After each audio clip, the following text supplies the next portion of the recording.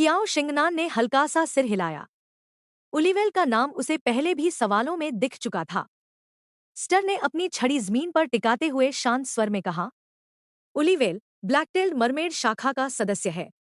वह तियानमिंग उगाने में बहुत अच्छा है, लेकिन बहुत शरारती है। हमेशा हमारे फूल उखाड़ देता है, जिससे हमें कार्ड एल्डर्स को उसे सिखाने के अलावा कोई रास्ता नहीं बचता। कियाओ शिंगनान कुछ पल चुप रहा। अगर सही याद था तो ओलिवेल ने खुद कहा था कि उसे कभी कुछ बूढ़े लोगों ने लटका दिया था और वह लगभग सूखी मछली बन गया था। अब किसे सहानुभूति दी जाए, यह भी समझ नहीं आता। उसने यह सोचकर सिर हिलाया और सीधे नाम लिखा, ओलिवे। फिर बिना देरी किए सबमिट।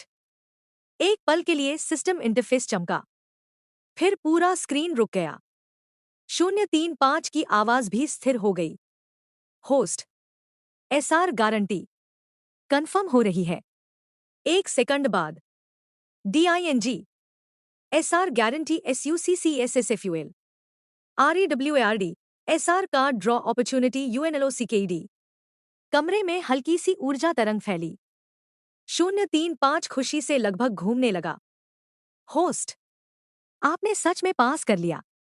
कियाओ शिंगनान ने राहत की सांस ली, लेकिन उसकी आंखों में अभी भी हल्की सोच थी। SR मिल गया था, लेकिन उसे महसूस हो रहा था कि यह कार्ड पूल वाला सिस्टम सवालों से कहीं ज्यादा कुछ छुपा रहा था। 035 ने देखा कि होस्ट बिल्कुल शांत था और उसके अंदर पहले से ही चिंता बढ़ने लगी थी कि रिजल्ट देखकर होस्ट कहीं निराश न हो जाए। कार्ड पूल सिस्टम होने के बावजूद 035 को खुद उत्तरों की समीक्षा करने का अधिकार नहीं था। केवल केओस कार्ड पूल की मुख्य चेतना और वे कार्ड्स जिन्होंने प्रश्न बनाए थे वही परिणाम स्वीकार कर सकते थे। उम्मीद है होस्ट उदास न हो। 035 को लग रहा था कि होस्ट ने जो रंग बिरंगे तारीफों वाले जवाब मेहनत से लिखे थे वे शायद एक भी कार्ड को प्रभावित न करें। आखिर सब करप्टेड कार्ड्स हैं। कियाओ शिंगनान इन सब सोचों से अनजान था। वह काफी रिलैक्स था। उसके हिसाब से उसने सिर्फ एक गोल्ड कॉइन लगाया था। SR गारंटी मिले तो अच्छा, नहीं मिले तो भी ठीक। उसकी सोच में रैंक कार्ड भी उपयोगी थे। इस दुनिया में बेकार कर्मचारी नहीं होते, बस गलत तरीके से इस्तेमाल किए गए संसाधन होते हैं। डिंग, इवेंट परिणाम तैयार हैं। कृपया स्वीकार करें। इतनी जल्दी? कियाओ शिंगनान पल भर के लिए चौंका और बिना ज्यादा सोचे क्लिक कर दिया। अगले ही पल स्क्रीन पर एक घड़ी जैसा डिस्क इंटरफेस उभर आया। उस पर 0 से 108 तक के नंबर बने थे और बीच में एक लाल सूचक धीरे धीरे घूम रहा था। 035 सांस रोके देख रहा था। कियाओ शिंगनान भी हल्के से ऊपर देखने लगा। सूचक धीरे धीरे बढ़ता गया। 53, 58, 60। 035 60 तक पहुंच गया। यह तो पास हो गया। 035 की आवाज खुशी से लगभग फटने लगी। होस्ट, आपने पास कर लिया। कियाओ शिंगनान की आंखों में भी हल्की मुस्कान आ गई। लेकिन सूचक अभी नहीं रुका था। वह थोड़ा और आगे बढ़ा और अंत में जाकर रुक गया। 7533। 035 का पूरा सिस्टम एक सेकंड के लिए फ्रीज हो गया। यह नंबर कहां से आ गया? 035 अभी भी पूरी तरह हैरान था। होस्ट ने जो बेतरतीब सा जवाब दिया था उसी ने सच में कार्ड्स को प्रभावित कर दिया था। यह बात उसके सिस्टम लॉजिक से बिल्कुल मेल नहीं खा रही थी। उसे समझ नहीं आ रहा था कि आखिर करप्टेड कार्ड्स ने पॉइंट्स दिए कैसे। क्या सिर्फ तारीफों से? डिंग, SR गारंटीड एक्सपीरियंस वाउचर को स्पेस में रख दिया गया है। कृपया जांच करें। कियाओ शिंगनान ने इस पर कोई ज्यादा भाव नहीं दिखाया। वह थोड़ा सोच में पड़ गया और पूछा, 035, क्या इन सवालों पर कोई कमेंट या फीडबैक भी मिलता है? 035 तुरंत सक्रिय हुआ। हाँ होस्ट, क्या आप देखना चाहेंगे? कियाओ शिंगनान ने हल्के से हाँ कहा। वह बहुत ज्यादा उत्साहित नहीं था। उसके लिए यह बस एक डेटा कलेक्शन था। वह जानना चाहता था कि कार्ड्स कैसे सोचते हैं। जल्द ही 035 ने सभी कार्ड्स की फीडबैक रिपोर्ट भेज दी। कियाओ शिंगनान ने नोटबुक उठाई और शांत मन से लिखना शुरू किया। हर कार्ड की पसंद, व्यवहार, प्रतिक्रिया। उसका उद्देश्य साफ था, भविष्य में किसी भी कार्ड को संभालने से पहले उसे समझना। अभी वह लिख ही रहा था कि ठक ठक, दरवाजे पर हल्की दस्तक हुई। कमरे में माहौल अचानक बदल गया। 035 भी तुरंत शांत हो गया। कियाओ शिंगनान ने कलम रोक दी, आंखें हल्की सी संकुचित हुईं। इस समय कौन आया है? कौन इतनी रात में आएगा? कियाओ शिंगनान थोड़ी देर रुका और तुरंत अपनी नोटबुक बंद कर दी। उसने फिर से वही शांत, ऊंचा और संयमित चेहरा बना लिया। टेबल के पास बैठे तीनों भी तुरंत खड़े हो गए। स्टर उसकी तरफ आकर शालीनता से पानी डालने लगा। जीरो अपने मास्टर के पीछे खड़ा होकर सुरक्षा करने लगा। रूयेट ने देखा कि सब लोग अपनी अपनी भूमिका निभा रहे हैं, जबकि वह खाली है। वह थोड़ा शराब पीते हुए दरवाजा खोलने चला गया। दरवाजे पर जो आया था वह हावर्ड था। उसका चेहरा गंभीर था, लेकिन वह अंदर आते ही झुककर अभिवादन करने लगा। उसका व्यवहार पहले से भी ज्यादा सम्मानपूर्ण लग रहा था। एरिलान सभी राजनीतिक मामलों में व्यस्त है। सम्राट 2 दिन में राजधानी लौटने की तैयारी कर रहा है। तब वह शाही आदेश जारी करेगा ताकि आपके खोए हुए राजकुमार और राजकुमारी को ढूंढा जा सके। कियाओ शिंगनान कुर्सी पर बैठा था। उसकी पलकें हल्की सी झुकी थी। यह सुनकर उसका हाथ लगभग कप पकड़ते करते रुक गया। 2 दिन में वापस जाना है? यह इतना अचानक क्यों? क्या यह तानाशाह कुछ असामान्य कर रहा है? पहले तो गर्मी से बचने का बहाना था, लेकिन अब तो 1 हफ्ता भी नहीं हुआ और वापसी की बात। कियाओ शिंगनान ने सोचा, जरूर कुछ हुआ है, लेकिन वह निश्चित रूप से उनकी वजह से नहीं है। उसने हावर्ड की तरफ देखा। दूसरा व्यक्ति अपने भाई बहनों का नाम लेकर यह बात कह रहा था, इसलिए उसे मना करने का कोई बहाना नहीं मिला।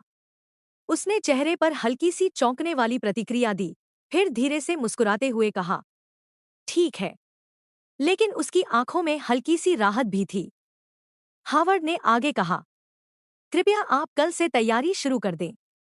हम अगले दिन निकलेंगे। इतना कहकर वह सलाम करके चला गया। जैसे ही रूयट ने दरवाजा बंद किया, कमरे का माहौल बदल गया। कियाओ शिंगनान का चेहरा थोड़ा सख्त हो गया। थोड़ी देर चुप रहने के बाद उसने हल्के से इशारा किया। तीनों तुरंत समझ गए। अब फिर से मीटिंग होने वाली है। जैसा तुमने सुना, कियाओ शिंगनान ने गहरी आवाज में कहा, हम परसों तानाशाह के साथ उसकी राजधानी जाने वाले हैं। उसने आगे स्थिति समझाई। अरिलांस की राजधानी यहाँ से कहीं ज्यादा कड़ी सुरक्षा वाली है। वहां निश्चित ही हमारे ऊपर और ज्यादा नजर रखी जाएगी। पहले भी तानाशाह ने मुझे इशारा दिया था कि वह मुझे कुछ लोगों से मिलवाना चाहता है। मेरी समझ के अनुसार वे लोग भी आसान स्वभाव के नहीं होंगे। कियाओ शिंगनान ने ऊपर देखा। तीनों के चेहरे पहले से ज्यादा गंभीर थे। वह हल्का सा हंसा। लेकिन अभी एक अच्छी खबर है। हावर्ड के व्यवहार से लगता है कि तानाशाह धीरे धीरे हमारे पर्सोना को स्वीकार करने लगा है। अगर हम यही स्थिति बनाए रखें और धीरे धीरे भरोसा बढ़ाएं, तो हमारा हाल और बेहतर होगा। रूयट ने यह सुनकर थोड़ा सिर झुकाया और शराब का घूंट लिया। मास्टर, क्यों न हम यहाँ से भाग जाएं?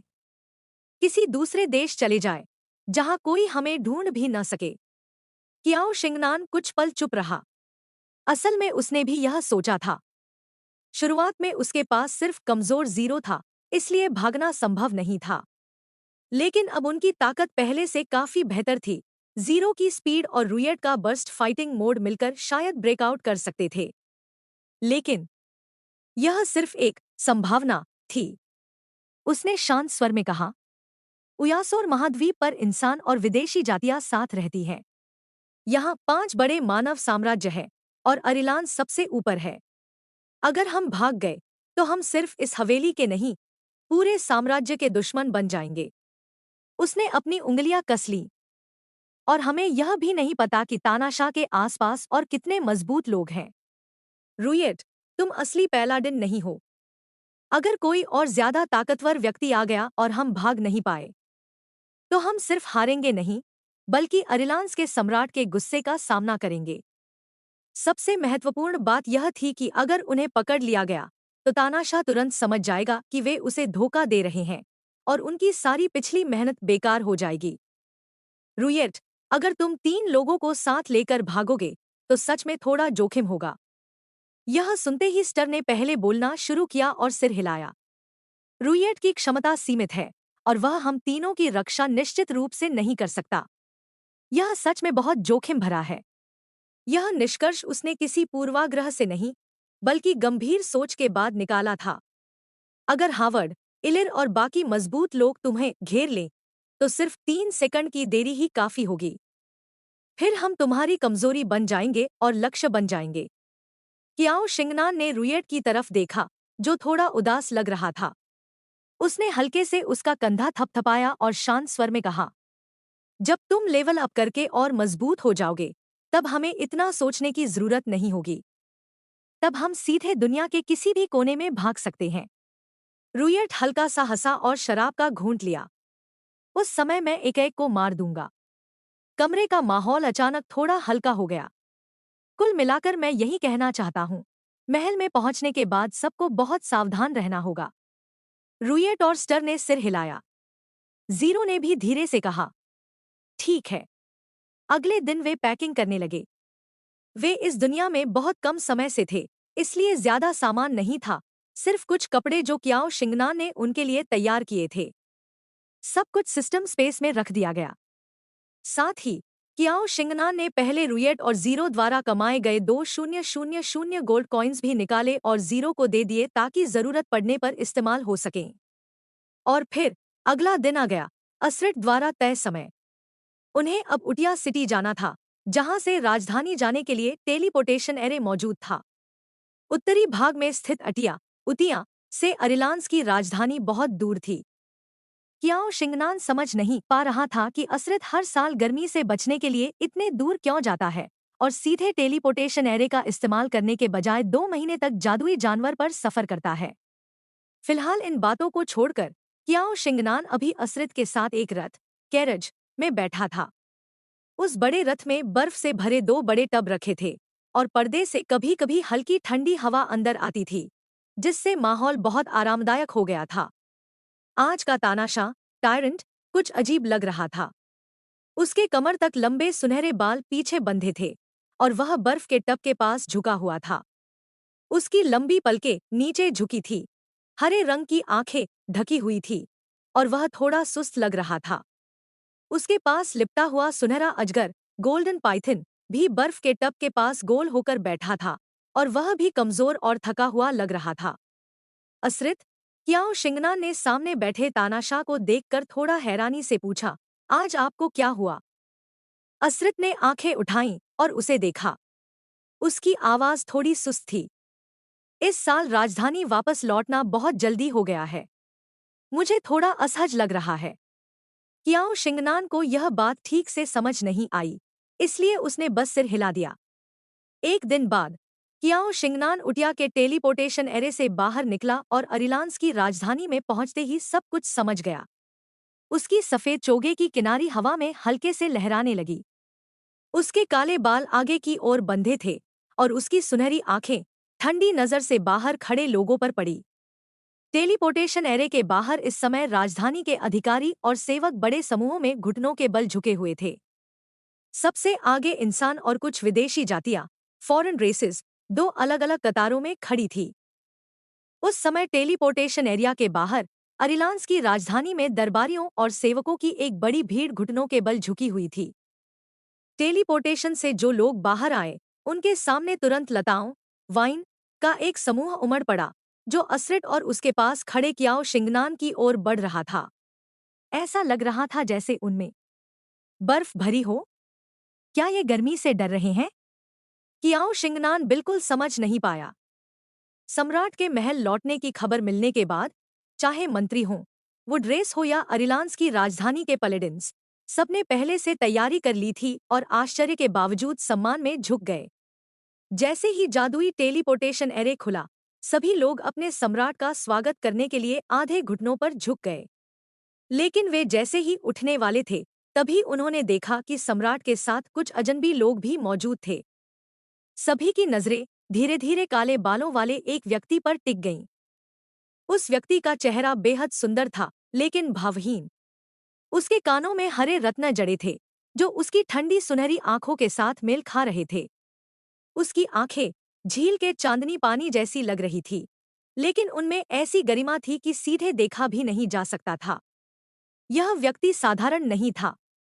मंत्रियों के मन में यही विचार एक साथ आया, और उनकी नजरें उसके पीछे खड़े लोगों पर चली गईं।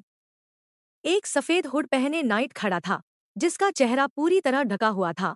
वह सतर्क और तनाव में था, जैसे किसी खतरे से बचाव कर रहा हो। उसके पास एक वृद्ध सज्जन थे, जो टक्सीडो पहने हुए थे और हाथ में आबनूस की छड़ी लिए खड़े थे। उनकी नीली आंखें बेहद शांत और सौम्य थीं, एक आदर्श बटलर की तरह। सबसे अजीब व्यक्ति सबसे किनारे खड़ा था, सफेद बालों वाला युवक, ढीली सफेद पोशाक पहने, जिसकी पीठ पर चांदी की तलवार थी। वह इस औपचारिक मौके पर भी शराब पीना नहीं भूला था, जो बेहद अनुचित लग रहा था। लेकिन आश्चर्य की बात यह थी कि किसी ने भी उस पर आपत्ति नहीं की, सिवाय बटलर के। ये तीनों लोग काले बालों वाले व्यक्ति के चारों ओर एक रक्षात्मक घेरे की तरह खड़े थे। ये लोग आखिर हैं कौन? और सम्राट के साथ क्यों खड़े हैं? मंत्रियों के मन में यह सवाल उठने लगे। इसी बीच बेलों, वाइन का एक समूह ठंडी हवा जैसा एहसास लेकर आसपास फैल गया।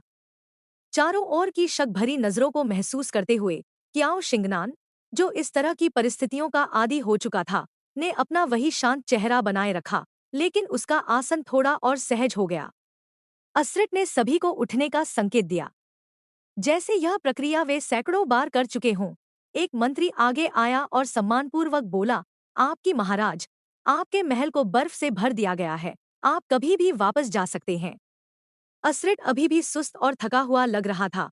उसका रवैया थोड़ा ढीला और आलसी सा था, जैसे बोलने की भी उसे जरूरत न हो। लग रहा था कि गर्मी सच में उसे बहुत परेशान कर रही है। शुरुआत में कियाओ शिंगनान ने लूना से सुना था कि सम्राट को गर्मी से परेशानी है, और उसने सोचा था कि वह बस गर्मी सहन नहीं कर पाता। लेकिन उसे यह नहीं पता था कि इतनी सारी बर्फ होने के बावजूद भी वह अभी भी असहज महसूस कर रहा है। अब समझ आया कि वह हर साल गर्मी से बचने के लिए क्यों निकल जाता था। हालांकि उतिया महल का तापमान राजधानी की तुलना में बस कुछ डिग्री ही कम था, वह वास्तव में बहुत ठंडा नहीं था। फिर वह वहां गर्मी से बचने क्यों जाता था? वह सोच ही रहा था कि उसके आसपास की लताएं वाइन जैसे और करीब आने लगी, मानो वे सम्राट को और ठंडक देना चाहती हों। कियाओ शिंगनान ने ध्यान वापस खींचा और अपनी पलकें हल्के से झुका ली। मूल शरीर की यादों के अनुसार अरिलांस में वुडरेस की दो सहायक शाखाएं थीं, इसलिए ये लताएं शायद सम्राट के अधीन वुडरेस की क्षमता थी।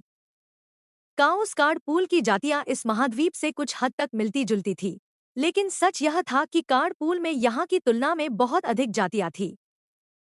कार्ड पूल में थंडर वाइन, ड्रैगन वाइन और विंड वाइन जैसी शाखाएं थीं, जो लताएं इस्तेमाल कर सकती थीं। इसलिए यह स्पष्ट नहीं था कि सम्राट के अधीन वुडरेस कौन सी शाखा थी। कियाओ शिंगनान ने नीचे मौजूद विदेशी लोगों की ओर सामान्य भाव से देखा। उसने देखा कि विदेशी जातियों के समूह में आगे तीन लोग खड़े थे, दो महिलाएं और एक पुरुष। वे दो महिलाएं शायद एक ही शाखा की बहनें थीं। उनके माथे पर रहस्यमय चांदी सफेद पैटर्न बने थे, लंबे काले बाल कमर तक गिर रहे थे, और सफेद लंबे वस्त्र हवा में हल्के हल्के हिल रहे थे। उनकी मुद्रा बेहद शांत, सुंदर और गरिमामयी थी।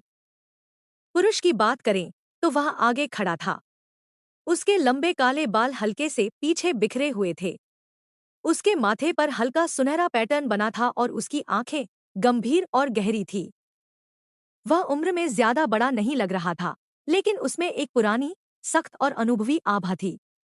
जो तीन लोग सामने खड़े थे, वे शायद वुडरेस की उन शाखाओं के नेता थे जिन्होंने अरिलांस के प्रति अपनी निष्ठा स्वीकार की थी।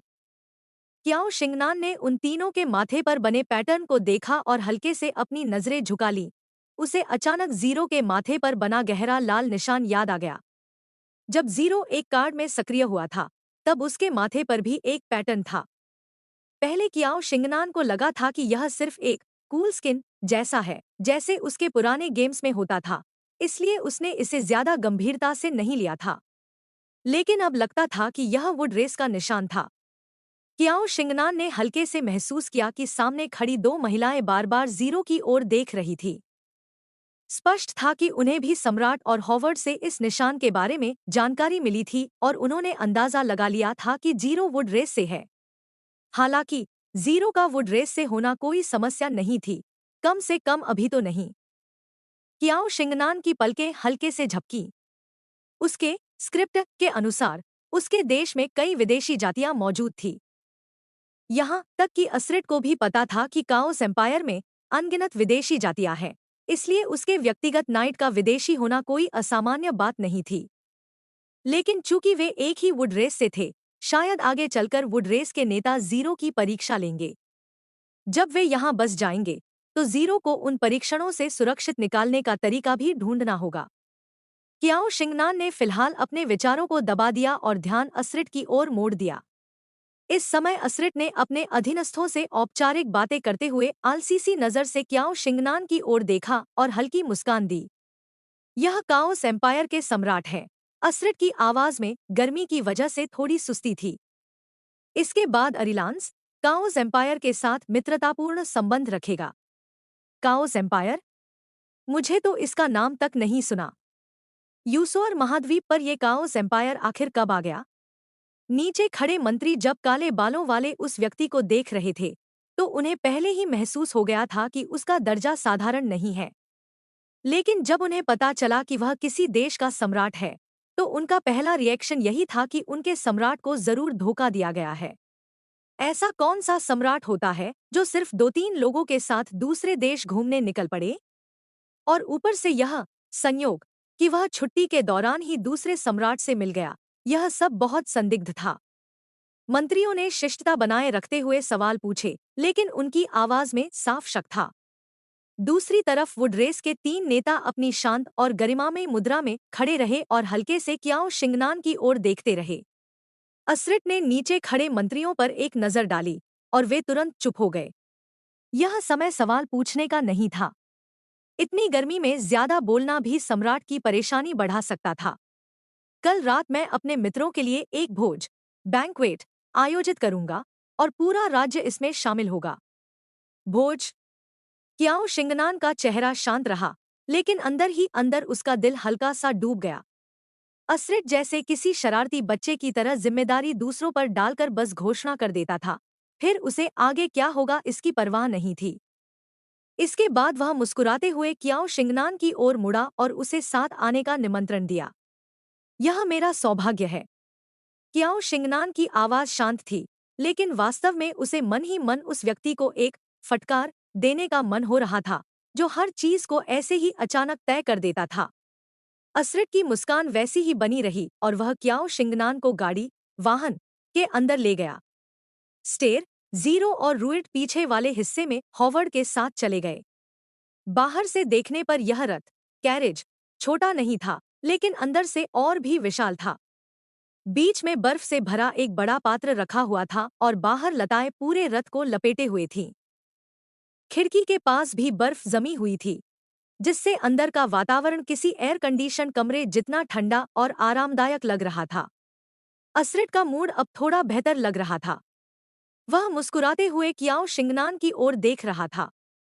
कियाओ, कल भोज में मैं सम्राट का आदेश इंपीरियल डिक्री जारी करूंगा। तुम मुझे अपने दोनों रिश्तेदारों की जानकारी दे सकते हो और मेरे लोग पूरे अरिलांस क्षेत्र में उनकी तलाश करेंगे। अगर यहाँ नहीं मिले तो मैं आसपास के 4 साम्राज्यों से भी संपर्क कर सकता हूँ। कियाओ शिंगनान हल्के से मुस्कुराया, उसके स्वर में राहत और कृतज्ञता झलक रही थी। असरिट, बहुत धन्यवाद। यह कुछ भी नहीं है। हम दोस्त हैं और आगे भी दोस्त रहेंगे, असरिट ने सहजता से कहा। असल में उसके शब्द किसी हद तक एक परीक्षा भी थे। जब उसे पता चला कि इस व्यक्ति के पास एक स्टोरेज टूल है तो असरिट को लगभग यकीन हो गया था कि वह यूसोर महाद्वीप का नहीं है।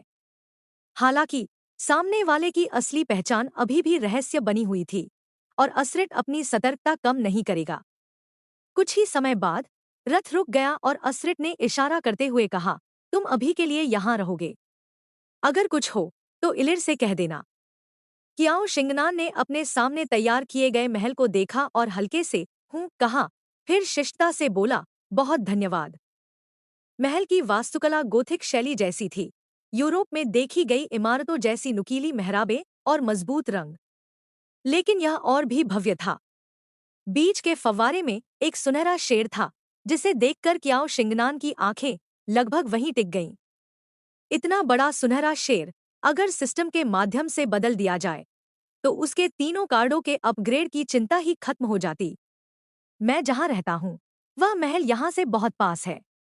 अगर कुछ हो तो तुम इलिर से बात कर सकते हो। इलिर भी उस पूरे समूह के साथ महल की ओर लौट आया, जो राजधानी में स्थित था। क्याओ शिंगनान ने मुस्कुराकर सिर हिलाया और फिर रथ से बाहर उतर गया। इलिर बाहर पहले से ही बाकी 3 लोगों के साथ उसका इंतजार कर रहा था। जैसे ही क्याओ शिंगनान नीचे उतरा, 2 लताएं उसके पीछे पीछे आ गईं और उसके सिर के ऊपर तक आकर रुक गईं। गर्मी है, बर्फ के साथ ठंडक मिलती है। इतना कहकर असरिट ने अपना सिर हल्का सा टिकाया, जम्हाई ली, हाथ हिलाया और वहां से चला गया। क्याओ शिंगनान थोड़ी देर के लिए रुका। उसे उम्मीद नहीं थी कि यह तानाशाह टायरंट इतनी देखभाल भी कर सकता है। फिर उसने ज्यादा सोचा नहीं और अपने साथियों के साथ उस महल की ओर बढ़ गया जो असरिट ने उसके लिए तय किया था। बाहर से यह महल पहले ही बहुत भव्य लग रहा था, लेकिन अंदर जाकर तो यह और भी आश्चर्यजनक था। गलियारों की दीवारों पर खूबसूरत नक्काशी वाले भित्तिचित्र थे, आंगन में अलग अलग तरह के पेड़ पौधे थे और बीच में विशाल सुनहरे शेर वाला फव्वारा था।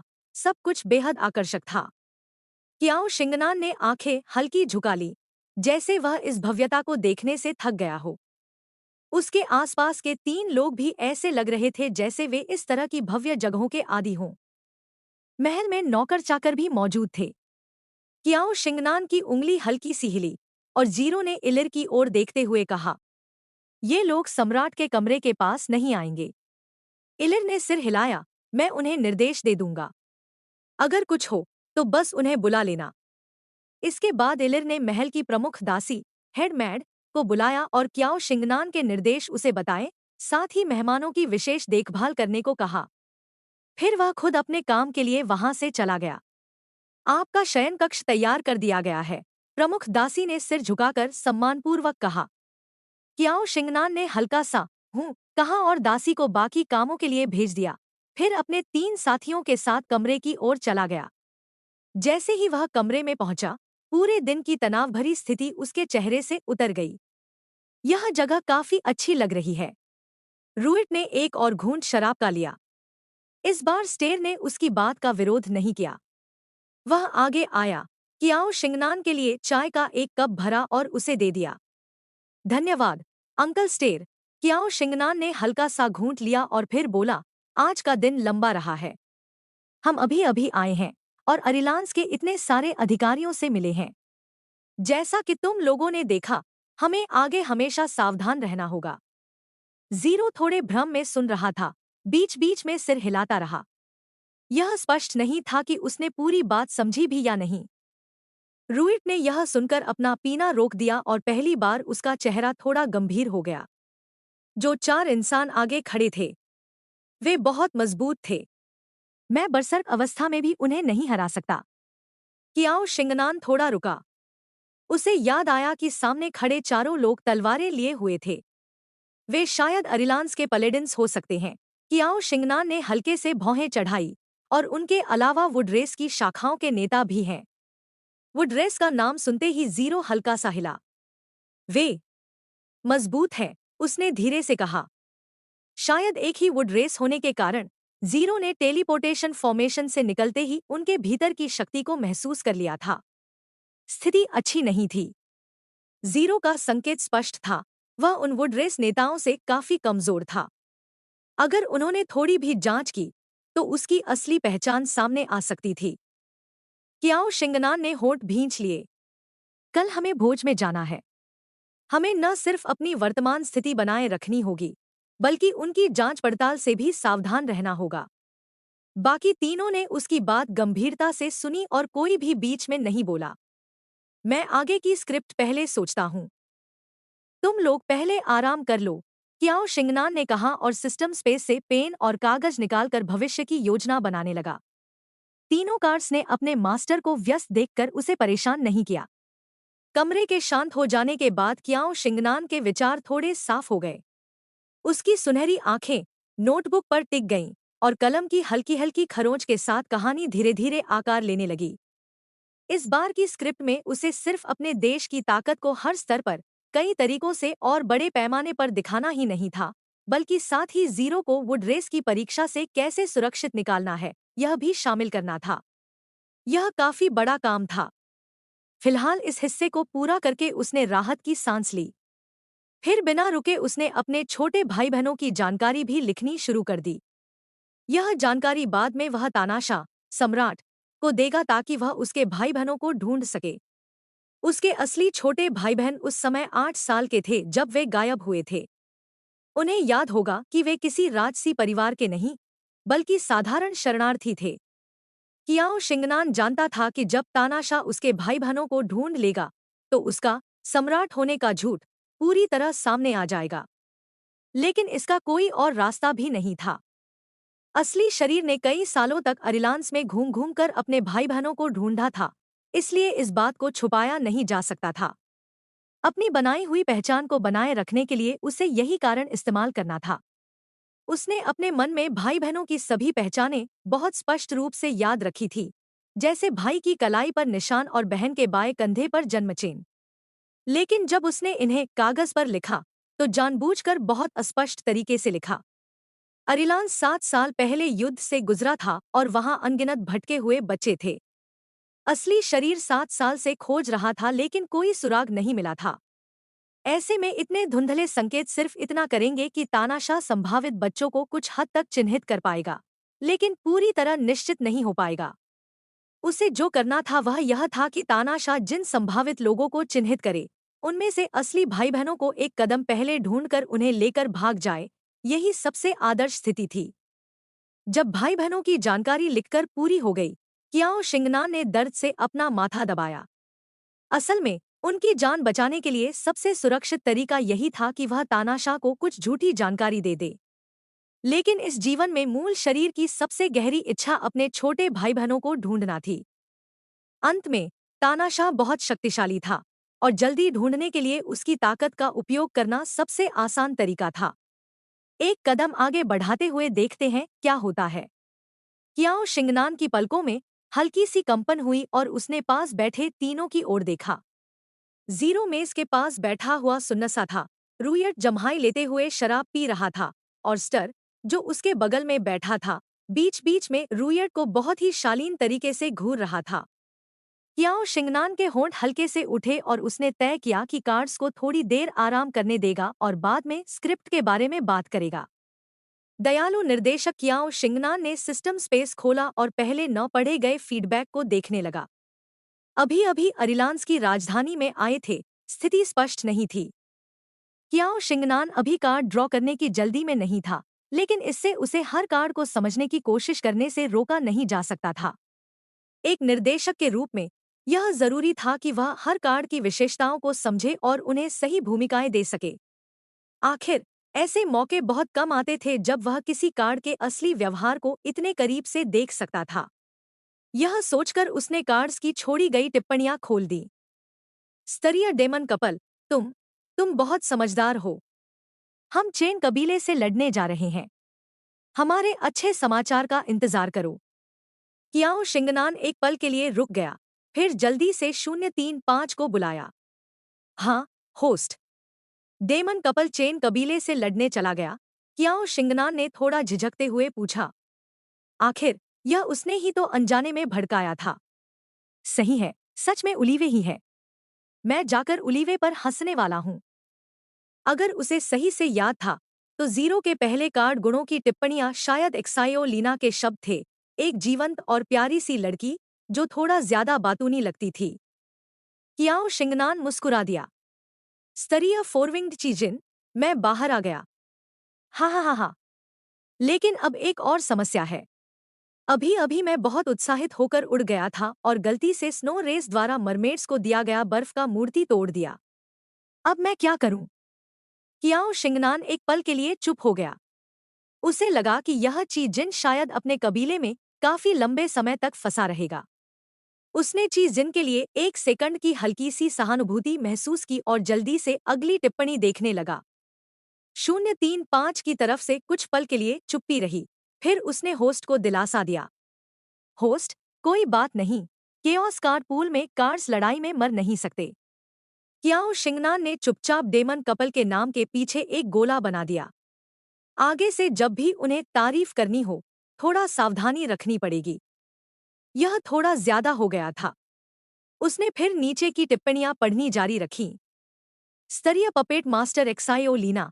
हाँ, भाई फेंग लिंग सही कह रहा है। सच में उलीवे ही है। मैं जाकर उलीवे पर हंसने वाली हूँ।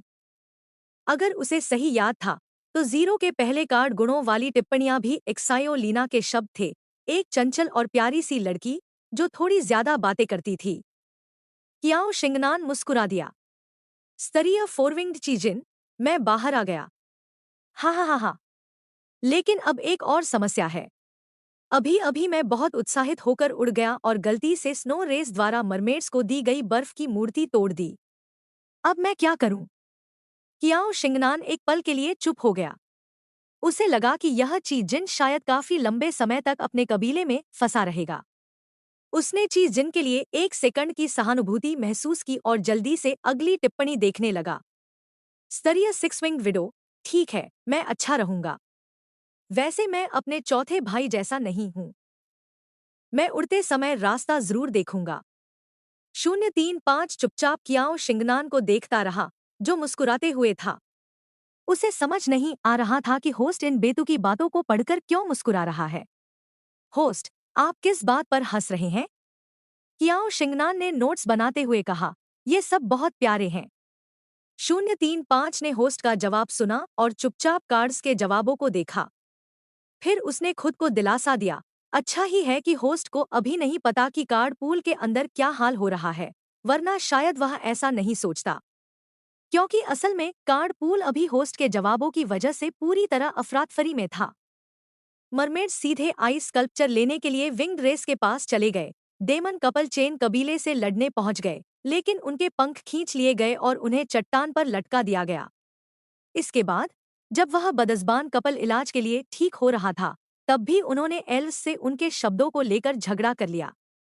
किसी कारण से उलीवे और एक्साइओ लीना के बीच भी झगड़ा हो गया। उन्होंने तो कार्ड एल्डर्स के फूलों का स्टैंड भी गिरा दिया, जिसके लिए कार्ड एल्डर्स ने कई मीटिंग्स की और एक्साइओ लीना और उलीवे को सख्त फटकार लगाई। एक्साइओ लीना द्वारा बनाए गए डरावने पपेट्स भी फूलों के स्टैंड को संभालने में इस्तेमाल किए गए। 035 को सिरदर्द होने लगा, सोचते हुए कि केओस कार्ड पूल का माहौल हाल ही में अजीब क्यों हो गया है। यहाँ तक कि स्पिरिट रेस, जो आमतौर पर सीधे उससे संवाद कर सकती थी, भी कभी कभी अजीब सवाल पूछने लगी। जबकि स्पिरिट रेस हमेशा सबसे शांत और उदासीन मानी जाती थी। कियाओ शिंगनान को नहीं पता था कि उसका सिस्टम अभी किस तरह की परेशानी में था। वह काफी शांत था, अपनी नोटबुक देखते हुए भविष्य की कहानी को दिमाग में व्यवस्थित कर रहा था। आशा है कि मैं कार्ड्स के साथ सुरक्षित रूप से रह सकूं, उसने कलम को हल्के से पकड़ते हुए सोचा। अरिलांस का मुख्य महल। युवा स्वामी, क्या अब आप थोड़ा आराम महसूस कर रहे हैं? दो ठंडे और बेहद सुंदर लोटस क्लैन के नेता, हाथों में नाजुक पंखा लिए, आइस बेसिन के पास खड़े होकर असरित को हवा कर रहे थे। असरित अपनी कुर्सी पर पीछे की ओर झुककर आराम से बैठा था। फिर उसने लोटस क्लैन के नेताओं की ओर देखा। हवा करना बंद करो, तुम लोग जाकर आराम करो। दोनों लोटस क्लैन के नेता मुस्कुराए, लेकिन फिर भी वहां से नहीं हटे। दूर कहीं एक और हरी बेल बर्फ के टुकड़े उठाए हुए असरित की ओर बढ़ रही थी। उन बेलों के बीच एक काले वस्त्रों में व्यक्ति धीरे धीरे पास आया। उसके हाथ पर अभी भी एक सुनहरी अजगर लिपटी हुई थी, जो बहुत शांत लग रही थी। अजगर की हरी आंखें बीच बीच में उसके माथे पर बने हल्के सुनहरे निशान की ओर देखती थी, मानो ऊपर चढ़कर उसके सिर के और करीब जाना चाहती हो। युवा स्वामी, उस व्यक्ति की आवाज गहरी थी, और वह सुनहरे बालों वाले सिंहासन पर बैठे व्यक्ति को हल्की सी कोमलता के साथ देख रहा था। असरित ने हल्का सा किया।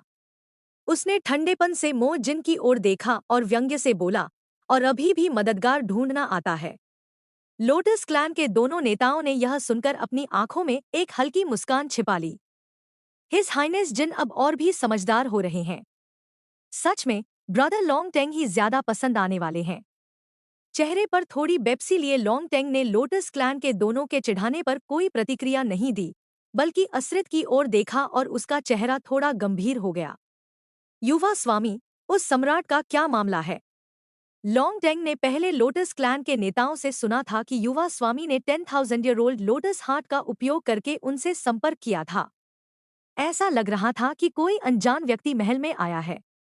वह तभी से किनारे बैठा चिंतित था। लॉन्ग टेंग को डर था कि कहीं युवा स्वामी को धोखा न दिया जा रहा हो। वह बहुत हद तक उस व्यक्ति जैसा था, बहुत ही भोला और दयालु। बेशक अगर बाहर के मंत्री सुनते कि भोला और दयालु किसके लिए इस्तेमाल हो रहा है, तो शायद उन्हें लगे कि लॉन्ग टेंग के दिमाग में कुछ गड़बड़ है। लोटस क्लैन के दोनों नेता भी लॉन्ग टेंग की बात से सहमत दिखे। उन्होंने चिंतित होकर असरित की ओर देखा। युवा स्वामी, हमने पहले आपने जो क्रिम्सन पैटर्न जांचने को कहा था, वह नहीं मिला। एंशिएंट वुड क्लैन बहुत समय से विदेशी क्षेत्रों में दिखाई नहीं दिया है। असरित ने पहले से ही यह अनुमान लगा लिया था। उसने पिछली घटनाओं को समेटते हुए तीनों को सारी बात बता दी। उसके पास तीसरा स्टोरेज टूल है, उसने आंखें झुकाते हुए कहा, इसलिए मुझे लगता है कि वह सच में किसी और महाद्वीप से है। लॉन्ग टेंग ने यह सुनकर भौहें चढ़ा लीं। युवा स्वामी, आप बहुत भोले हैं। लोटस क्लैन के नेता भी असहमत दिखे। जब रेसे बहुत बड़े संकट में थीं, उस समय भले ही स्टोरेज टूल्स गायब हो गए थे और केवल मास्टर द्वारा युवा स्वामी को दिए गए 2 ही बचे थे, और गोल्डन स्केल किंग के पास भी एक था, लेकिन यह गारंटी नहीं है कि अन्य तरीके से चीजें स्टोर करने के साधन मौजूद नहीं हैं। हालांकि हमें इस तरह की तकनीक का ज्ञान नहीं है, लेकिन हमें सिर्फ इसी वजह से सतर्कता नहीं छोड़नी चाहिए।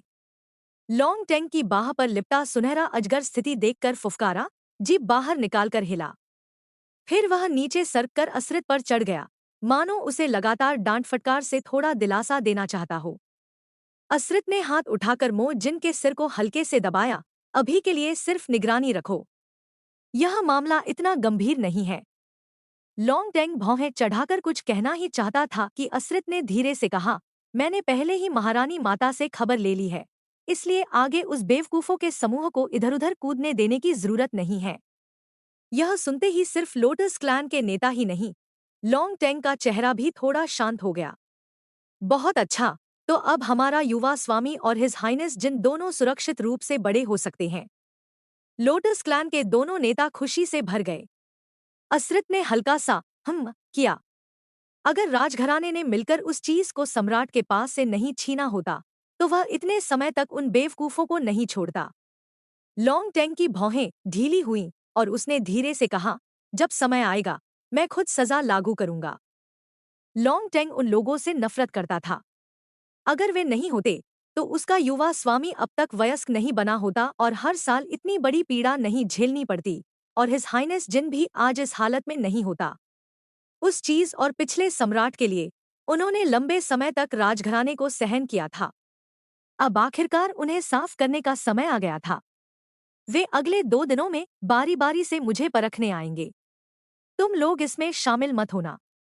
असरित की आवाज आई, जितना ज्यादा वे कूदेंगे, उतनी जल्दी मरेंगे। लोटस क्लैन के नेताओं ने सिर हिलाया, लेकिन लॉन्ग टेंग ने फिर भी भौहें चढ़ाई। तो फिर युवा स्वामी के साथ आए लोगों को कैसे संभाला जाए? यह बहुत जरूरी नहीं है, लेकिन इसे भी अनदेखा नहीं किया जा सकता। असरित को समझ नहीं आया कि वह इस विषय से क्यों बाहर नहीं निकल पा रहा है, लेकिन ऊपर से उसका चेहरा शांत बना रहा। कियाओ बहुत दिलचस्प है। उसे उन लोगों से मिलवाना और भी दिलचस्प होगा। युवा स्वामी सच में अभी भी एक बच्चा ही था। लॉन्ग टेंग ने भौहें सिकोड़ ली और थोड़ी देर बाद हल्की सांस छोड़ते हुए कहा, तो मैं समय निकालकर उसके साथ मौजूद वुड रेस से मिल लूंगा। लियन फू, लियन याओ। लॉन्ग टेंग ने उन दोनों की ओर देखा जो युवा स्वामी को पंखा कर रहे थे। तुम दोनों युवा स्वामी के दोस्त पर ज्यादा ध्यान देना। उसने दोस्त शब्द पर विशेष जोर दिया। उसे असरित पर धोखा दिए जाने की बहुत चिंता थी। अगर वे सच में युवा स्वामी को नुकसान पहुंचा रहे हों, तो उन्हें खत्म करना भी कोई समस्या नहीं थी। लियन फू और लियन याओ ने सिर हिलाया और बहुत गंभीर हो गए। केवल असरित अकेला सिंहासन पर बैठा रह गया, आराम से पीछे झुककर। उसने मन ही मन हल्की सांस छोड़ी। लगता है वापस आकर अब वह आराम से खेल भी नहीं सकता। क्याओ शिंगनान ने तीनों लोगों को अपनी लिखी हुई स्क्रिप्ट के बारे में बताया। अगले दिन होने वाला भोज एक कठिन लड़ाई जैसा होने वाला था। चाहे वह अंकल स्टर हो, जिन्हें अपना व्यक्तित्व बनाए रखना था, जीरो हो जो वुड रेस से निपटने वाला था, या रुयट हो जिसे पवित्र योद्धाओं पैलेडिन्स द्वारा संपर्क किए जाने की संभावना थी, हर किसी के पास अपनी अपनी अहम जिम्मेदारी थी। तुम्हें अपने असली स्वभाव के साथ अभिनय करने में कोई समस्या नहीं होगी, लेकिन हमेशा अपनी गरिमा और उस शक्तिशाली कैओस साम्राज्य को याद रखना जिसके पीछे तुम खड़े हो, कियाओ शिंगनान ने धीरे से सलाह दी। तीनों ने इसे दिल से समझा और सिर हिलाया। मास्टर, आप बस देखिए, रुयट कल आपको एक पैलेडिन की शान दिखाएगा। रुयट ने मुस्कुराते हुए शराब का एक घूंट लिया और मजाक किया। जीरो ने धीरे से अपनी मुट्ठी भींच ली। वह भी यह कर सकता था। क्याओ शिंगनान थोड़ा शांत हुआ, फिर उसने सौम्य स्वभाव वाले स्टर की ओर देखा और कहा, अंकल स्टर, चलो कल रात के भोज के लिए कपड़े भी चुन लेते हैं। कैओस कार्ड पूल के सबसे शिष्ट और सज्जन व्यक्ति होने के नाते स्टर जानता था कि हर मौके पर क्या पहनना चाहिए और कैसे खुद को प्रस्तुत करना चाहिए। अरिलांस की इस सभा में उन्हें कैओस कार्ड पूल की सबसे उच्च स्तर की शिष्टता वाले कपड़े पहनने चाहिए ताकि लोगों के मन में सबसे ज्यादा सम्मान और डर पैदा हो। क्याओ शिंगनान के कपड़े वैसे तो बहुत भव्य और खुद ब खुद साफ रहने वाले थे, लेकिन फिर भी वह सावधानी से उन्हें बदलना चाहता था। उसने अपनी अलमारी से गहने निकालने की पिछली घटना याद की। उसने सिर्फ आधे ही हटाए थे, इसलिए अभी भी कई कपड़े इस्तेमाल किए जा सकते थे।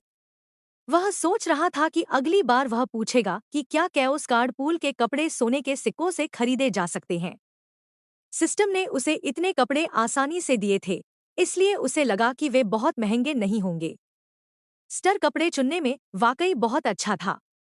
जैसे ही क्याओ शिंगनान ने सारे कपड़े सामने रखे, उसने तुरंत उनमें से कुछ सबसे उपयुक्त कपड़े चुन लिए।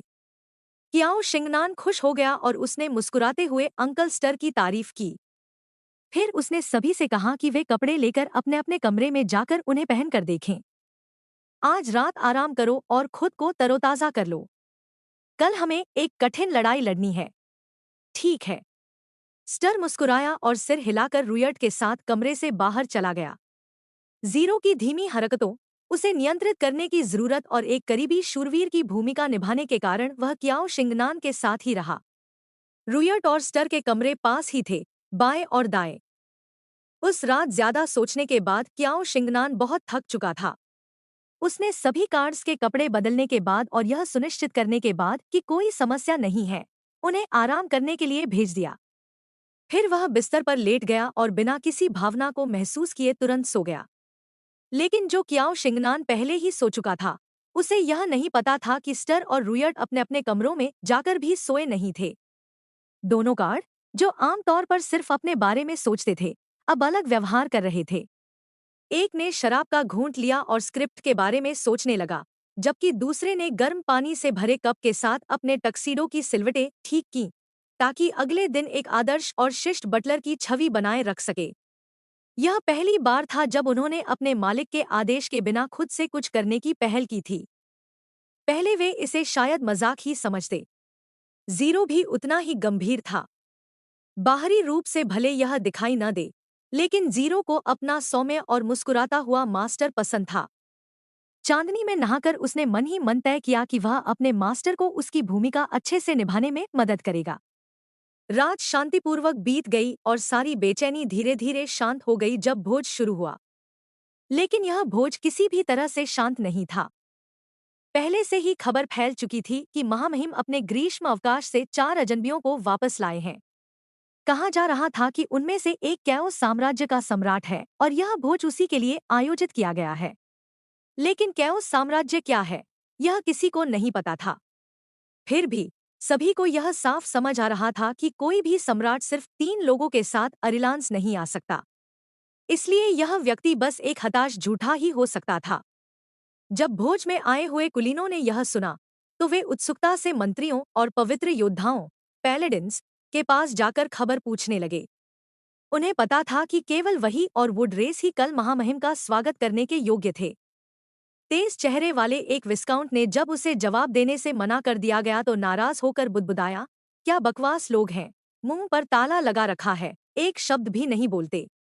अगर तुम यहाँ पूछोगे तो वे वैसे भी कुछ नहीं बताएंगे। एक बैरन ने अपना चेहरा वाइन ग्लास से ढकते हुए धीरे से कहा, और क्या तुम्हें लगता है कि महामहिम सच में धोखा खा सकते हैं? इसका मतलब था कि क्या महामहिम यह सब जानबूझकर कर रहे थे? विस्काउंट का चेहरा पीला पड़ गया, जैसे उसे बहुत पुरानी और डरावनी घटना याद आ गई हो। उसने जल्दी से एक घूंट शराब पी लिया ताकि अपनी घबराहट छिपा सके। हाँ, हाँ, तुम सही हो। महामहिम बहुत बुद्धिमान और शक्तिशाली है। यह असंभव है। जो व्यक्ति सिर्फ 18 साल की उम्र में पोप को मारकर सिंहासन पर बैठ सकता था, उसे कोई धोखा दे दे, यह कैसे संभव था? और उस समय तो वुड रेस ने भी अभी समर्पण नहीं किया था। बैरन ने आगे कुछ नहीं कहा। उसके मन में एक और संभावना भी थी कि वह झूठा व्यक्ति सच में कोई सम्राट हो। लेकिन यह कैसे संभव था? क्या कोई सम्राट सिर्फ 3 लोगों के साथ अरिलान्स आने की हिम्मत कर सकता था? अगर ऐसा होता तो उसके 3 साथी कितने शक्तिशाली होंगे? उसने इस विचार को अपने मन से तुरंत खारिज कर दिया। तभी दरवाजा खुला। काले और सुनहरे रंग के वस्त्र पहने सम्राट धीरे धीरे अंदर आए। उनके दाहिने हाथ पर एक सुनहरा सर्प लिपटा हुआ था और उनके मुलायम सुनहरे बाल रोशनी में चमक रहे थे। उनकी हरी आंखें देखने में शांत और सौम्य थीं, लेकिन उन्हें देखने वाले हर व्यक्ति की रीढ़ में एक ठंडी सिहरन दौड़ गई। और सबसे चौंकाने वाली बात यह थी कि महामहिम ने सचमुच अपने साथ एक व्यक्ति को खड़ा होने दिया था, जबकि वुड रेस तक को भी उनके पास खड़े होने का अधिकार नहीं था।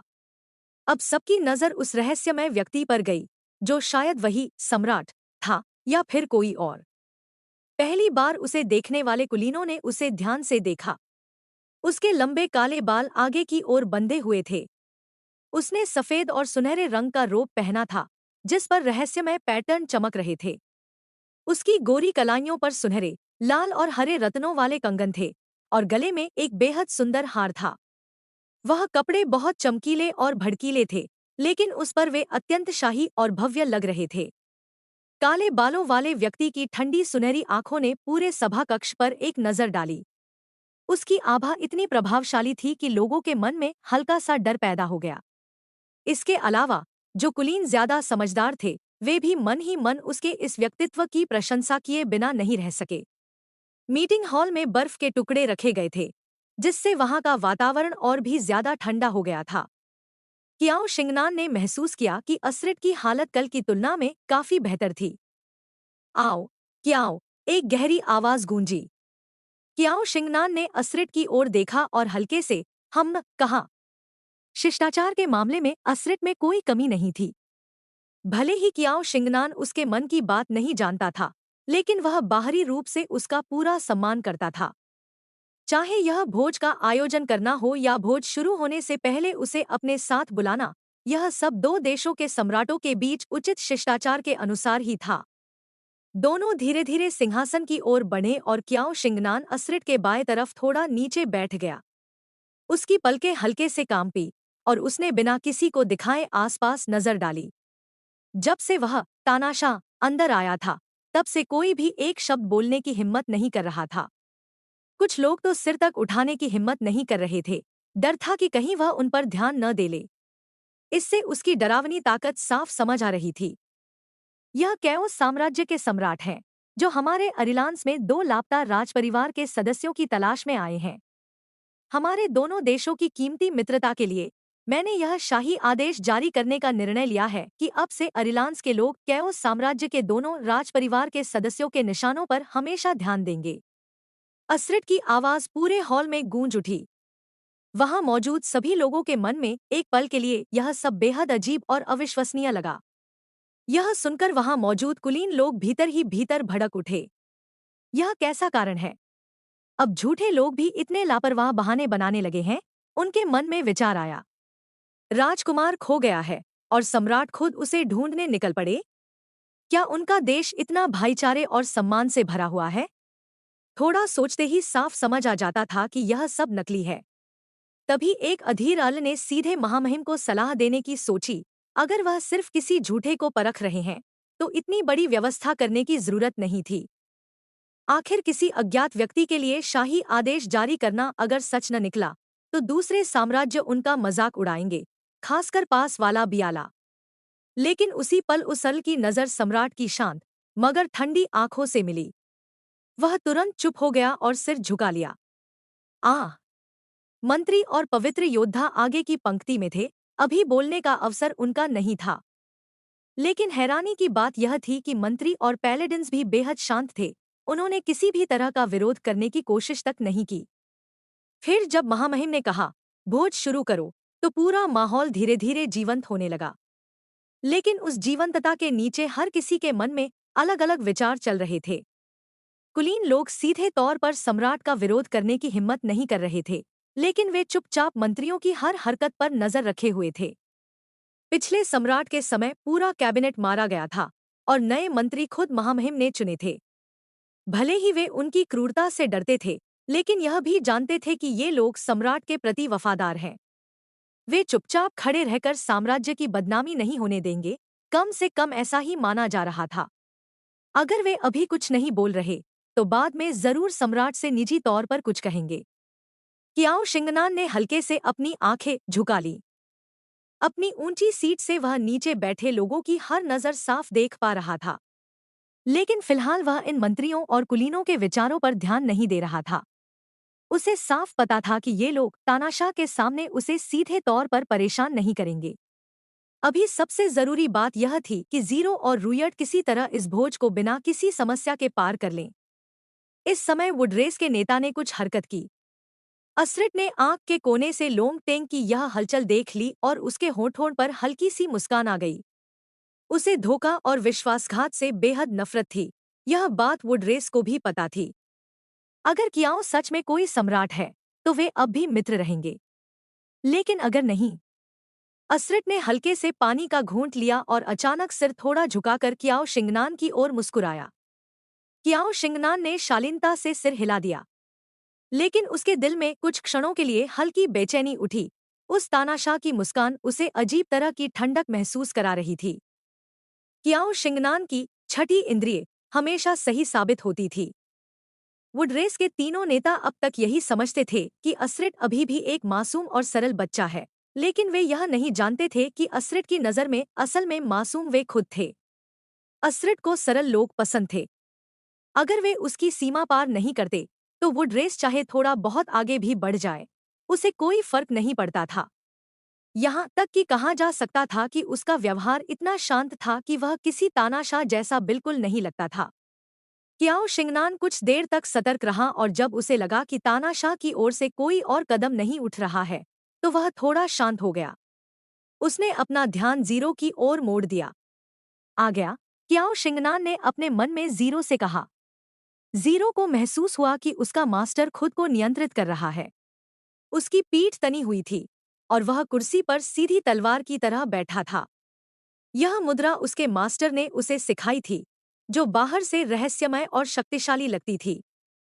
लोंग टेंग की काली आंखें सामने खड़े हुड पहने रहस्यमय वुडरेस व्यक्ति पर टिक गईं।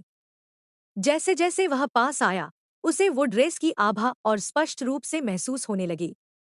वह जीरो के पास खड़ा हुआ और बैठ गया। जैसे ही वह कुछ पूछने वाला था, उसने देखा कि उसके बगल वाले व्यक्ति के हुड में हल्की सी हरकत हुई, जैसे वह उसे देख रहा हो।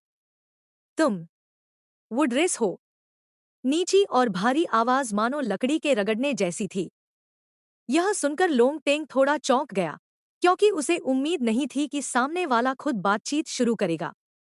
आखिरकार हॉवर्ड और इलिर की बातों के अनुसार सामने वाला सफेद रोब वाला व्यक्ति बेहद शांत और अलग-थलग स्वभाव का था और बिना जरूरत किसी से बात नहीं करता था।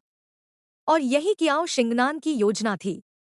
वह जानता था कि अगर सामने वाला उससे ज्यादा मजबूत है, लेकिन उसे परखना चाहता है, तो पहले खुद पहल करके बातचीत का नियंत्रण अपने हाथ में लेना सबसे सही तरीका होता है। हाँ, मैं वुडरेस से हूँ। लोंग टेंग की आंखों में हल्की जांच की चमक आई। उसे साफ महसूस हुआ कि जब उसने अपना परिचय वुडरेस के सदस्य के रूप में दिया, तो सामने वाला सफेद रोब वाला व्यक्ति थोड़ा अधिक सहज हो गया। यह उसके लिए अच्छा संकेत था। लोंगटेंग के भावहीन लेकिन आकर्षक चेहरे पर हल्की मुस्कान आई।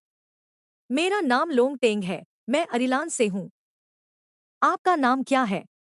लोंगटेंग, सफेद रोब के नीचे जबड़े की रेखा थोड़ी कस गई। तुम ड्रैगन वाइन कबीले से हो? लोंगटेंग मुस्कुराया और सिर हिलाया। केवल उनके कबीले की सबसे शुद्ध रक्तरेखा ही यह उपाधि रख सकती थी और इस नाम का उपयोग कर सकती थी, और यही उसकी गर्व की बात थी। क्याओ शिंगनान ने अपनी आंखें नीचे कर ली। उसकी लंबी और घनी पलकें उसकी आंखों में छिपी मुस्कान को ढक लेती थी। अच्छा है कि वह कबीले को जानता है। उसने मन ही मन जीरो को अगले कदम की योजना के अनुसार आगे बढ़ने का संकेत दिया। फिर लोंगटेंग ने देखा कि अभी-अभी उससे करीबी दिखाने वाला जीरो अचानक ठंडा हो गया। सफेद हुड ने उसका चेहरा लगभग ढक दिया था और लोंगटेंग को केवल उसके सख्त, बंद होंठ ही दिखाई दे रहे थे, जैसे वह अब उससे बात ही नहीं करना चाहता हो। लोंगटेंग ने भौहें चढ़ाई, फिर उसे याद आया कि लोटस बहनों ने कहा था कि वह बहुत कठोर तरीके से भौहें चढ़ाता है। उसने जल्दी से खुद को संभाला और चेहरे को शांत रखने की कोशिश की। उसकी आवाज में जानबूझकर नरमी लाई गई। आप?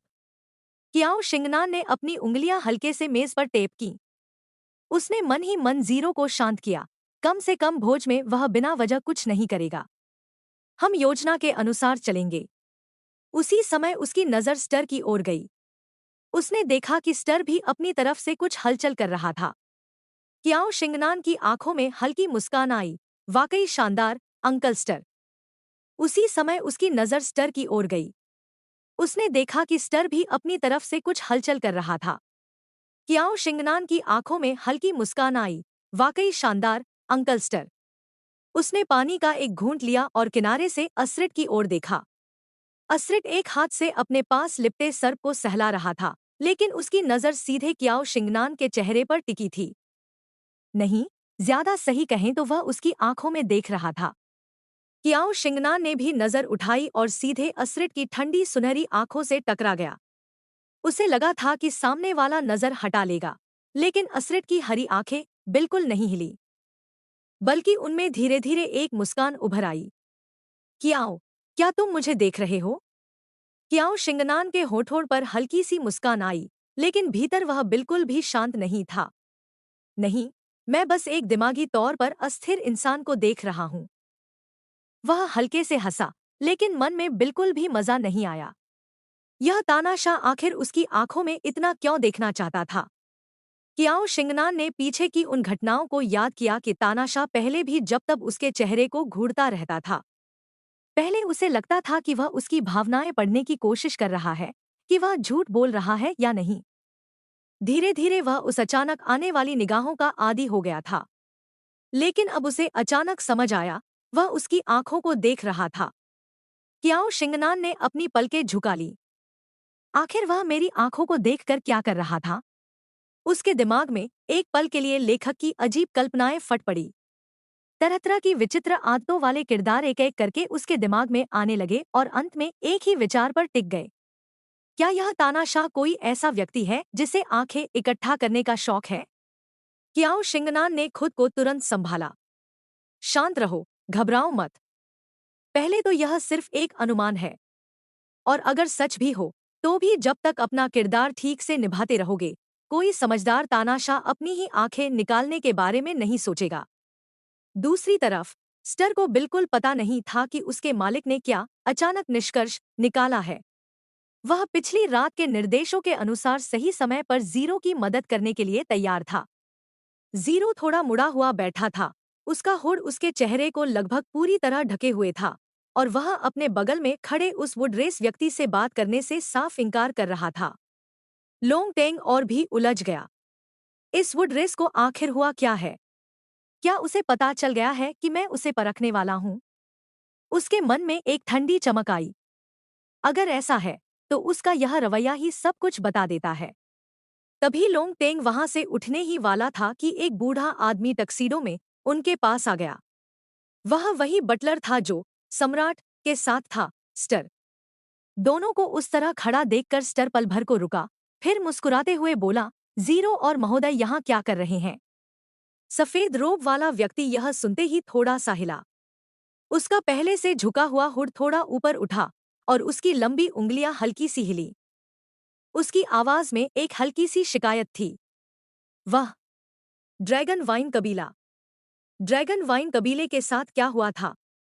लोंग टेंग ने भौहें सिकोड़ ली और पूछने ही वाला था कि तभी उसके बगल में खड़े बुजुर्ग बटलर स्टर अचानक जैसे किसी बात का एहसास होने पर रुके, फिर हल्की आह भरते हुए बोले, माफ कीजिए महोदय, कृपया जीरो की अशिष्टता को क्षमा करें। उसने हमारे देश में अपने कबीले से यह वादा किया है कि वह ड्रैगन वाइन कबीले से फिर कभी एक शब्द भी नहीं बोलेगा।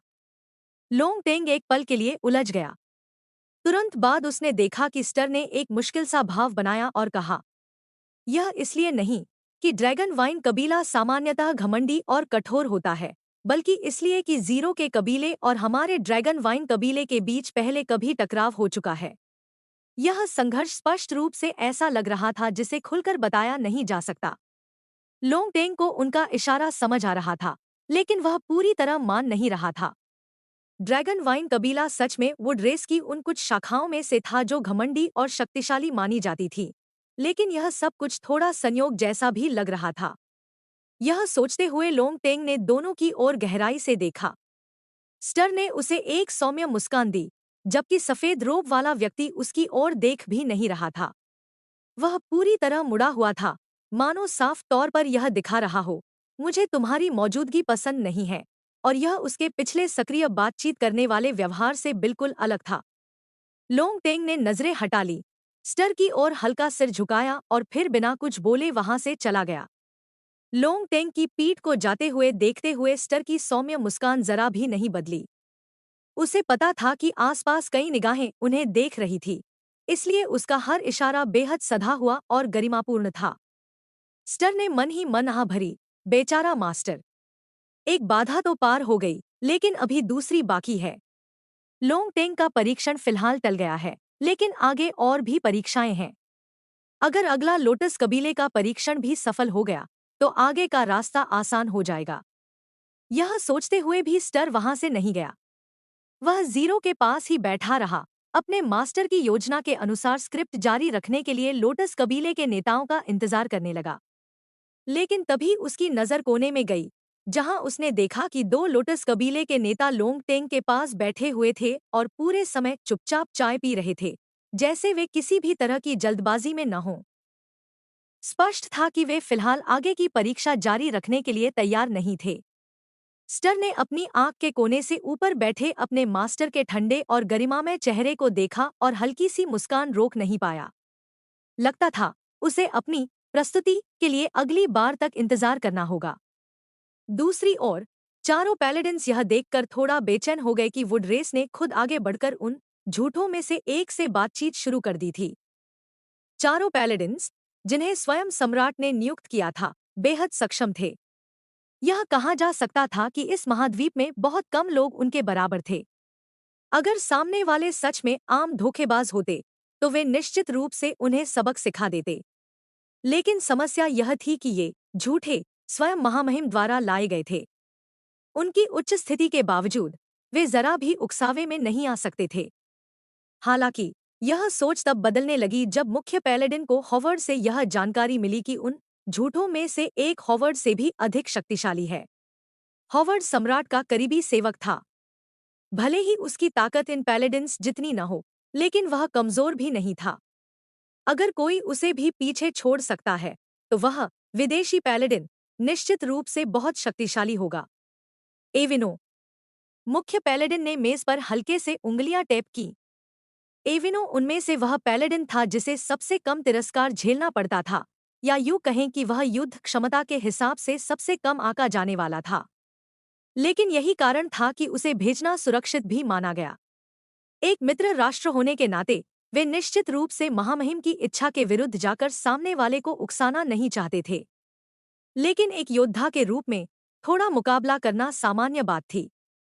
मुख्य पैलेडिन उस व्यक्ति की ताकत को परखना चाहता था। और अगर महामहिम को यह पता भी चल जाता तो भी वह कुछ नहीं कहते। उसने हल्के से इशारा किया। वह जो वहां बैठकर पी रहा है वही हॉवर्ड द्वारा बताया गया पैलेडिन है। हमें उसकी ताकत का अंदाजा नहीं है, इसलिए तुम जाकर उससे बात करो। सच कहे तो यह बात करो काफी नरम शब्द था। इसके पीछे असल में एक परीक्षण छिपा हुआ था। लेकिन एविनो कौन था? उसने मुख्य पैलेडिन की बात सुनते ही समझ लिया कि उसका मतलब क्या है। सीधे शब्दों में उसे दूसरे व्यक्ति से मुकाबले के लिए एक मुलाकात तय करनी थी। एविनो भी हॉवर्ड द्वारा बताए गए उस मजबूत व्यक्ति में रुचि रखता था। पैलेडिन्स की उम्मीदों को ध्यान में रखते हुए वह चुपचाप शराब पीते हुए रुयर्ट के पास पहुंच गया। रुयर्ट उस भोज की शराब का स्वाद ले रहा था। भले ही इसका स्वाद उसके व्हाइट मून जार वाली शराब जितना अच्छा नहीं था, फिर भी वह कभी कभी इसका आनंद ले सकता था। और वह क्याओ शिंगनान द्वारा दिए गए काम को भी नहीं भूला था। जब उसने महसूस किया कि उसके पीछे एक व्यक्ति खड़ा है जिसके हाथ में चांदी की तलवार है, तो उसके आंखों में हल्की रुचि चमक उठी। मास्टर सच में बहुत समझदार हैं। रुयर्ट ने मन ही मन सोचा और फिर एक और घूंट घटिया शराब का ले लिया। नहीं, शायद सही बात यह है कि उसके मास्टर ने जीवित रहने के लिए हर पहलू को पहले ही सोच लिया था। अगर उसके पुराने बेवकूफ मालिक होते तो शायद वे तानाशाह से मिलने के पहले ही दिन मर जाते और यहाँ तक पहुँच ही नहीं पाते। उसने यह सोचा, लेकिन जीरो की तरह खुद से बातचीत शुरू नहीं की। उसने इंतजार किया कि सामने वाला पहले बात शुरू करे। क्याओ शिंगनान ने पहले ही रुयर्ट को स्पष्ट रूप से निर्देश दिया था कि उसकी स्थिति जीरो से अलग है। रुयर्ट का किरदार एक पैलेडिन का था, लेकिन उसकी पहचान रहस्यमय और शाही राजों से जुड़ी हुई थी, इसलिए उसे अपनी हर हरकत में गरिमा बनाए रखनी थी। इसी कारण वह जहां चाहे वहां आराम से बैठकर शराब पी सकता था, बिना किसी डर के। सुना है तुम कैओस एम्पायर के पैलेडिन हो? सामने वाला चुप रहा तो एविनो ने नाक मलते हुए खुद ही बातचीत शुरू कर दी। मैं एविनो हूँ, अरिलांस का पैलेडिन। रुयर्ट ने एक घूंट शराब लिया और भौहें उठाकर उसे देखा। हूँ, मैं रुयर्ट हूँ। क्या बात है, तुम मुझे शराब पीने के लिए ढूंढ रहे हो? एविनो ने सिर हिलाया और सीधा बोल दिया। मैं तुमसे मुकाबले के लिए एक अपॉइंटमेंट तय करना चाहता हूँ। उसकी आंखों में स्पष्ट सतर्कता थी। मैं देखना चाहता हूँ कि कैओस एम्पायर का पैलेडिन कितना शक्तिशाली है। रुयर्ट ने फिर एक घूंट शराब लिया और सामने वाले पैलेडिन को देखते हुए बोला। ठीक है, लेकिन सिर्फ बातों से मजा नहीं आएगा। ऐसा करते हैं, मैं शराब में नहीं हारता। अगर तुम मुझसे ज्यादा पी गए तो मैं तुम्हारे साथ लड़ूंगा। 1000 कप पीने पर भी नशा नहीं होता, यह उसका ड्रंकर्ड कार्ड का गुण था। क्याओ शिंगनान ने यह क्षमता देखते ही स्क्रिप्ट बना ली थी, ताकि लड़ाई को टालने का एक वैध तरीका मिल सके। एविनो एक गर्वीला पैलेडिन था। वह अपने साथ शराब की बोतल लेकर नहीं घूमता था, लेकिन उसकी शराब सहने की क्षमता अच्छी थी। आत्मविश्वास के साथ उसने बिना ज्यादा सोचे शर्त मान ली। और फिर शराब पीने का सिलसिला शुरू हो गया। मुख्य पैलेडिन ने भौहें सिकोड़ ली जब उसने देखा कि एविनो अचानक उस आदमी के साथ शराब पीने लग गया है। वह अब शराब क्यों पी रहा है? शायद दोस्ती कर रहा है, दूसरे पैलेडिन ने अनुमान लगाया। क्या एविनो में ऐसा सोचने की आदत है? कोने में बैठा एक पैलेडिन शक भरी नजर से दोनों को देखने लगा। तीनों पैलेडिन खुद भी तुरंत लड़ाई में उतरने और किसी तरह अपॉइंटमेंट तय करने के लिए बेताब थे, लेकिन उन्हें डर था कि कहीं एविनो की योजना में बाधा न आ जाए। इसलिए वे बस सिर खुजाते हुए उलझन भरी नजरों से यह दृश्य देखते रहे। क्याओ शिंगनान तानाशाह के पास बैठा था। उसकी नजर रुयर्ट पर पड़ी। वह देख रहा था कि पैलेडिन और रुयर्ट दोनों शराब एक एक घूंट में गटक रहे थे। पैलेडिन का चेहरा लाल हो चुका था और उसे उल्टी आने जैसी हालत लग रही थी, जबकि रुयर्ट पूरी तरह प्रसन्न था और पीने के मूड में था। क्याओ शिंगनान के होठों के कोने हल्के से ऊपर उठ गए। लगता है स्क्रिप्ट काफी अच्छी लिखी गई है। कम से कम जीरो और रुयर्ट दोनों सुरक्षित तरीके से आगे बढ़ रहे थे। वह मन ही मन राहत की सांस लेने ही वाला था कि अचानक उसके पैरों के पास से सांप के फुफकारने की आवाज आई। क्याओ शिंगनान ने नीचे देखा। मोजिन, जो पहले तानाशाह के दाहिने हाथ पर लिपटा हुआ था, अब अपनी जगह बदलकर उसके और भी करीब आ गया था। वह उसकी ओर बार बार झांक रहा था और उसकी हरी आंखें बिना पलक झपकाए उसकी कलाई पर मौजूद कंगन को घूर रही थी। पता नहीं क्यों कियाओ शिंगनान को अचानक उस आंखें निकालने वाले विचार की याद आ गई। हालांकि कहा जाता है कि पालतू अपने मालिक जैसा होता है, लेकिन भाई साहब, क्या तुम अपने मालिक से थोड़ा ज्यादा ही नहीं हो? अगले ही पल सांप का सिर असरिट ने पकड़ लिया। उसने हाथ से उसे दूर किया और तुरंत क्याओ शिंगनान की ओर देखा। उसके चेहरे पर मुस्कान थी। क्याओ, माफ करना। क्या तुम डर गए थे? वह ठीक था। डरने के बजाय शायद सांप भाई अभी थोड़ा ज्यादा डर में था। क्याओ शिंगनान की आंखें हल्की सी मुड़ी। कुछ नहीं, असरिट। तुम्हारा मोजिन बहुत प्यारा है। असरिट को साफ दिख रहा था कि क्याओ शिंगनान सच में ऐसा ही सोच रहा था, बिल्कुल वैसे ही जैसे पहले उसने मोजिन के शल्कों की तारीफ की थी। कई लोग ऐसे थे जो मोजिन से नहीं डरते थे। असरिट हल्के से हंसा, उसके द्वारा पकड़े हुए सांप के सिर की तरफ देखा और एक अर्थपूर्ण स्वर में बोला, इसकी त्वचा तो अच्छी है, लेकिन यह थोड़ा ज्यादा बेवकूफ है। क्याओ शिंगनान कुछ कहता, उससे पहले ही असरिट ने अपनी नजर हटा ली। उसकी हरी आंखें नीचे चल रहे भोज पर टिक गईं और वह अचानक बोला, क्याओ, तुम्हारे देश में भोज कैसे होते हैं? असरिट के इस अचानक सवाल पर क्याओ शिंगनान बिल्कुल घबराया नहीं। उसकी आवाज सहज और स्थिर थी, जैसे उसने यह सब हजारों बार खुद देखा हो। हमारे कैओस एम्पायर के भोज अरिलांस जितने अनुशासित नहीं होते, बल्कि उन्हें जीवंत कहा जा सकता है। हर भोज एक व्यक्तिगत प्रदर्शन जैसा होता है, जहां हर व्यक्ति या जाति अपनी विशेषताएं और क्षमताएं दिखाती है। जैसे जैसे वह बोल रहा था, उसकी सुनहरी आंखों में हल्की सी नरमी आ गई। यह बात उसे अंकल स्टर ने कभी बताई थी।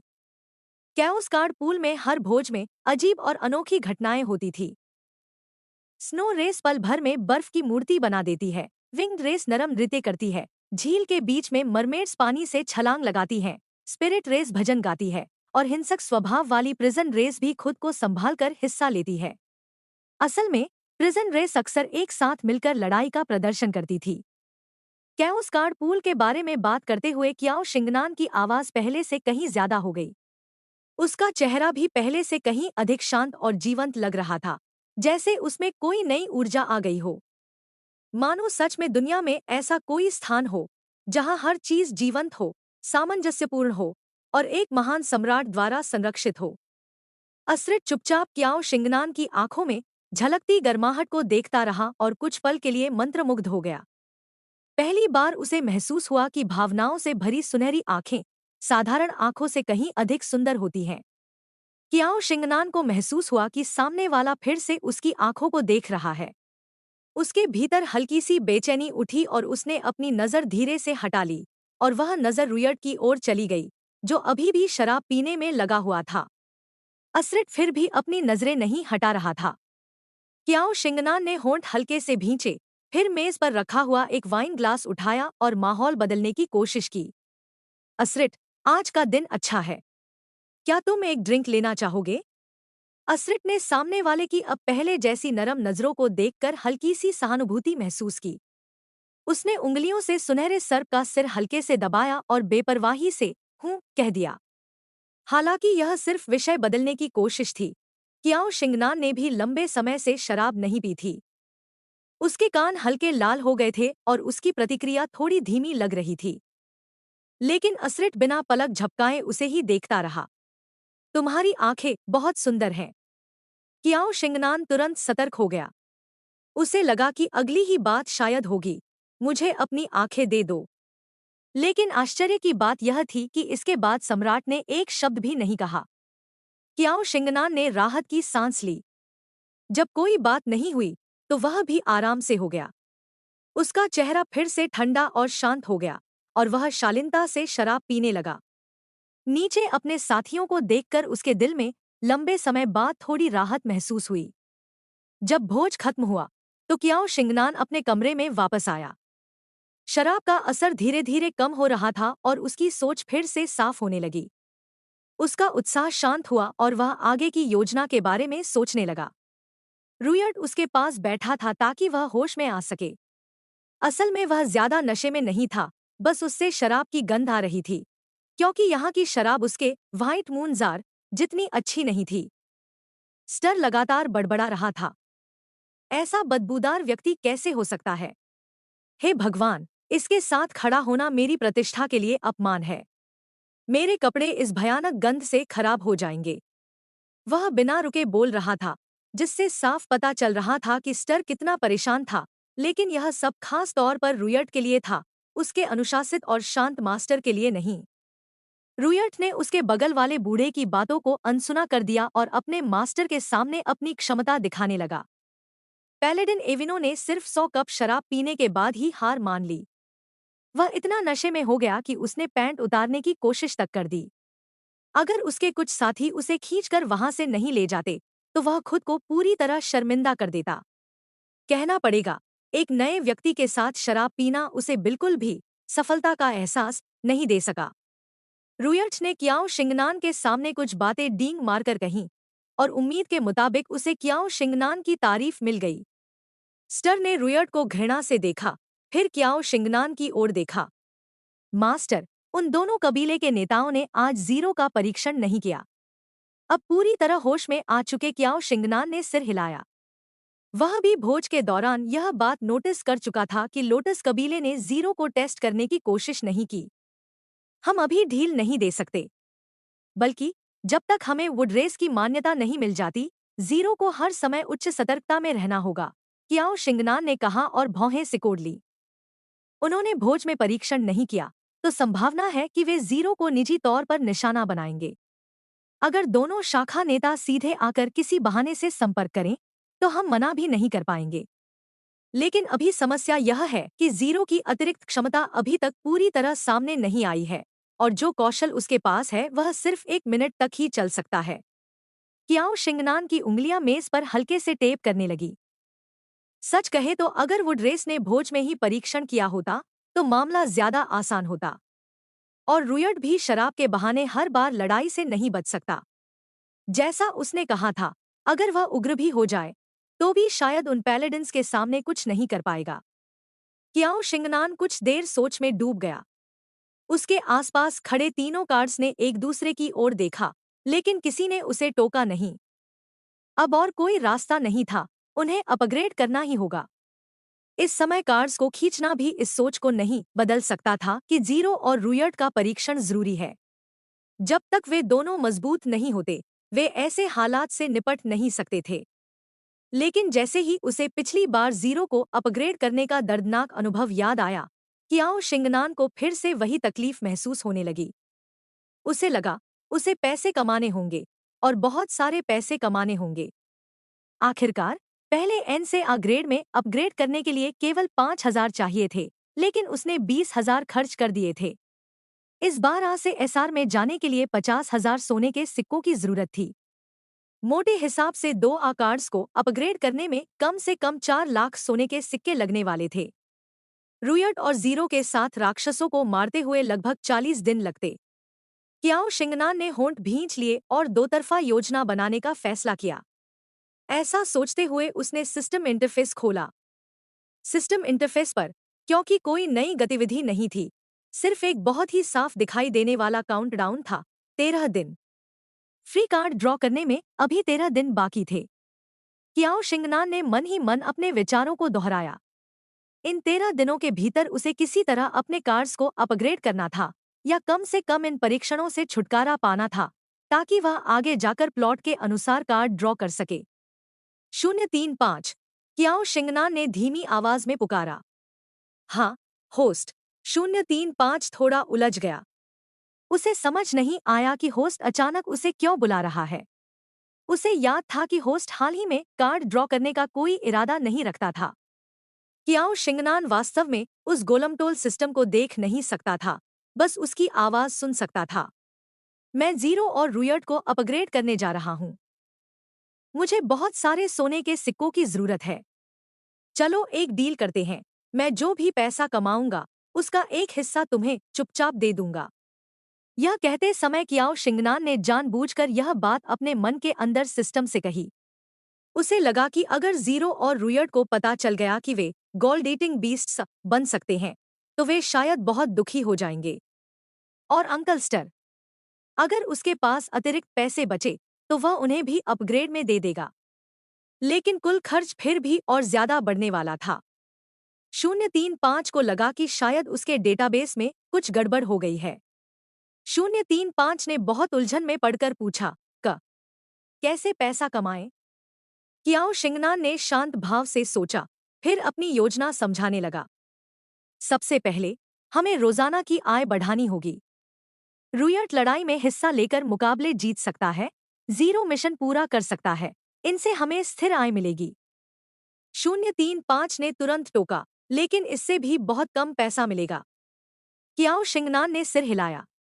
इसलिए दूसरा तरीका है, इवेंट्स और टूर्नामेंट। उसने आगे कहा, यह दुनिया सिर्फ लड़ाई की नहीं है। जहां ताकत है वहां प्रदर्शन भी है। अगर हम सही समय पर सही जगह जाए तो इनाम और प्रतिष्ठा दोनों मिल सकते हैं। 035 धीरे धीरे सुनने लगा। फिर तीसरा, कियाओ शिंगनान की आंखों में हल्की चमक आई। तीसरा, बड़े फायदों वाले लक्ष्य। 035 चौंक गया। बड़े फायदे वाले लक्ष्य? हाँ, कियाओ शिंगनान ने बहुत साधारण तरीके से कहा, जैसे बड़े कबीले, विशेष मिशन या ऐसे लोग जिनके पास संसाधन हों। एक सफल मिशन कभी कभी कई दिनों की मेहनत से ज्यादा पैसा दे सकता है। 035 कुछ पल चुप रहा। यह तो बहुत खतरनाक लगता है। कियाओ शिंगनान ने बहुत शांत स्वर में जवाब दिया, खतरनाक है, लेकिन सबसे तेज तरीका भी यही है। फिर उसने हल्की सांस ली और अंत में जोड़ा, और अगर ये भी पर्याप्त नहीं हुआ तो हमें अपने वर्तमान संसाधनों को भी ऑप्टिमाइज करना होगा। 035 ने घबराकर पूछा, ऑप्टिमाइज कैसे? कियाओ शिंगनान ने अपनी नजरें हल्की सी नीचे की। जैसे रुयट को शराब के जरिए नियंत्रित कॉम्बैट मोड में लाना और जीरो की स्किल विंडो का पूरा उपयोग करना। 035 अब पूरी तरह चुप हो गया।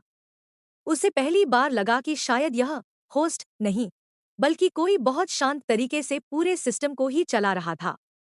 035 असल में बहुत ही पैसों की कमी से जूझ रहा था। जब कैओस कार्ड पूल के कार्ड्स गिरावट में चले गए तो कोई भी होस्ट अपने कार्ड्स को अपग्रेड करने के लिए तैयार नहीं था। ज्यादातर ने बस कार्ड पूल बदलना चुन लिया। इसका सीधा नतीजा यह हुआ कि कार्ड पूल में सोने की आमद बंद हो गई, नए कार्ड बनना रुक गए और धीरे धीरे यह पूरा सिस्टम एक दुष्चक्र में फंस गया। इसी वजह से 035 को सोने की जरूरत थी ताकि वह कैओस कार्ड पूल को बनाए रख सके। हालांकि वह अक्सर अपने ही कार्ड्स की बुराई करता था, लेकिन असल में वह अपने कार्ड पूल की परवाह किसी भी दूसरे सिस्टम से ज्यादा करता था। नहीं, होस्ट, यह पैसा आपको खुद के लिए रखना चाहिए, 035 ने दिल पर पत्थर रखकर कहा। होस्ट पहले से ही पैसों की तंगी में था और उससे हिस्सा मांगना उसे सही नहीं लग रहा था। लेकिन कियाओ शिंगनान ऐसा नहीं सोच रहा था। उसके हिसाब से यह पूरा बिजनेस सिस्टम पर ही निर्भर था। अगर कोई दुर्घटना नहीं हुई तो वह जीवन भर इसी सिस्टम से जुड़ा रहेगा। इसलिए अच्छा रिश्ता बनाना भविष्य के सहयोग के लिए फायदेमंद था। कियाओ शिंगनान ने गंभीर और ईमानदार चेहरा बनाते हुए कहा, 035, पिछली बार जब तुमने मुझे एसआर गारंटी टिकट के लिए मदद की थी तभी मुझे समझ आ गया था कि तुम एक जिम्मेदार और अच्छा सिस्टम हो, इसलिए मैं तुम पर भरोसा करता हूँ। उसने हल्की मुस्कान के साथ आगे कहा, हम सब मिलकर पैसा कमा सकते हैं। अगर मैं अकेला कमाऊं तो बहुत ज्यादा होगा। 035 इन शब्दों से भावुक हो गया। हालांकि उसका स्तर ऊंचा नहीं था, फिर भी उसे समझ था कि होस्ट की यह सोच उसकी अच्छाई की वजह से है। आखिर सिस्टम का होस्ट की मदद करना सामान्य बात थी, लेकिन पहली बार किसी होस्ट ने सिस्टम को भी साथ लेकर कमाने की बात की थी। होस्ट, बताइए पैसा कैसे कमाना है? 035 पूरी मेहनत करेगा। 035 ने अपना गोलमटोल शरीर जोश में हिला दिया। कियाओ शिंगनान ने वास्तव में इस पैसे कमाने के मामले के लिए कई विकल्प पहले से तैयार किए थे, लेकिन उनमें से कुछ को उसने तुरंत ही खारिज कर दिया था। कियाओ शिंगनान तानाशाह के महल में था, इसलिए वह कुछ काम सम्राट की पहचान के साथ सीधे नहीं कर सकता था। लेकिन मौजूदा हालात में उसे कम से कम 4 लाख सोने के सिक्के कमाने ही थे ताकि वह इस संकट से निकल सके। उसके मन में बेचैनी थी। लेकिन बाहर से वह पूरी तरह शांत और आत्मविश्वासी दिख रहा था, जैसे उसे पहले से ही पता हो कि उसे क्या करना है। 035 पूरी तरह होस्ट के आत्मविश्वास से प्रभावित हो चुका था। उसकी नज़र में होस्ट जरूर बहुत सारा पैसा कमा लेगा। पहले मैंने जीरो से सुना था कि कैओस कार्ड पूल में पत्थरों जितने ही रत्न होते हैं। क्याओ शिंगनान ने नरम आवाज में पूछा। हाँ, होस्ट, 035 ने याद करते हुए कहा। हर कार्ड पूल की मुख्य चेतना कार्ड बनने की प्रक्रिया में कुछ अपशिष्ट बनाती है, और वे अपशिष्ट ही रत्न होते हैं। भले ही अब कैओस कार्ड पूल नए कार्ड नहीं बना पा रहा था, फिर भी पहले से बने हुए बहुत से रत्न अभी भी मौजूद थे। कुछ बेकार कार्ड्स तो उन्हें हर दिन एक दूसरे पर फेंकते रहते थे। तो उन रत्नों को खरीदने के लिए कितने सोने के सिक्के चाहिए? क्याओ शिंगनान ने पूछा। 035 थोड़ा रुक गया और हैरानी से बोला, खरीदने की जरूरत नहीं है। अगर होस्ट चाहता है तो मैं सीधे दे सकता हूँ। जैसे शार्क रेस द्वारा बनाए गए कपड़े, 035 को लगता था कि कार्ड पूल की चीजें वैसे भी अनावश्यक हैं, इसलिए उन्हें होस्ट को दे देना ही ठीक है। यह एक तरह का मुआवजा था। रत्न तो पूरी तरह बेकार थे। क्याओ शिंगनान थोड़ी देर चुप रहा, फिर उसने पूछा, तो क्या कैओस कार्ड पूल में रत्न इतने बेकार हैं? तो क्या पहले किसी भी होस्ट ने कभी तुमसे रत्न लेने के लिए नहीं कहा? 035 हवा में थोड़ा झूमते हुए बोला, रत्न बेकार हैं। और पिछले किसी भी होस्ट ने इस बारे में कभी बात नहीं की। उसकी आवाज थोड़ी अस्पष्ट सी हो गई थी।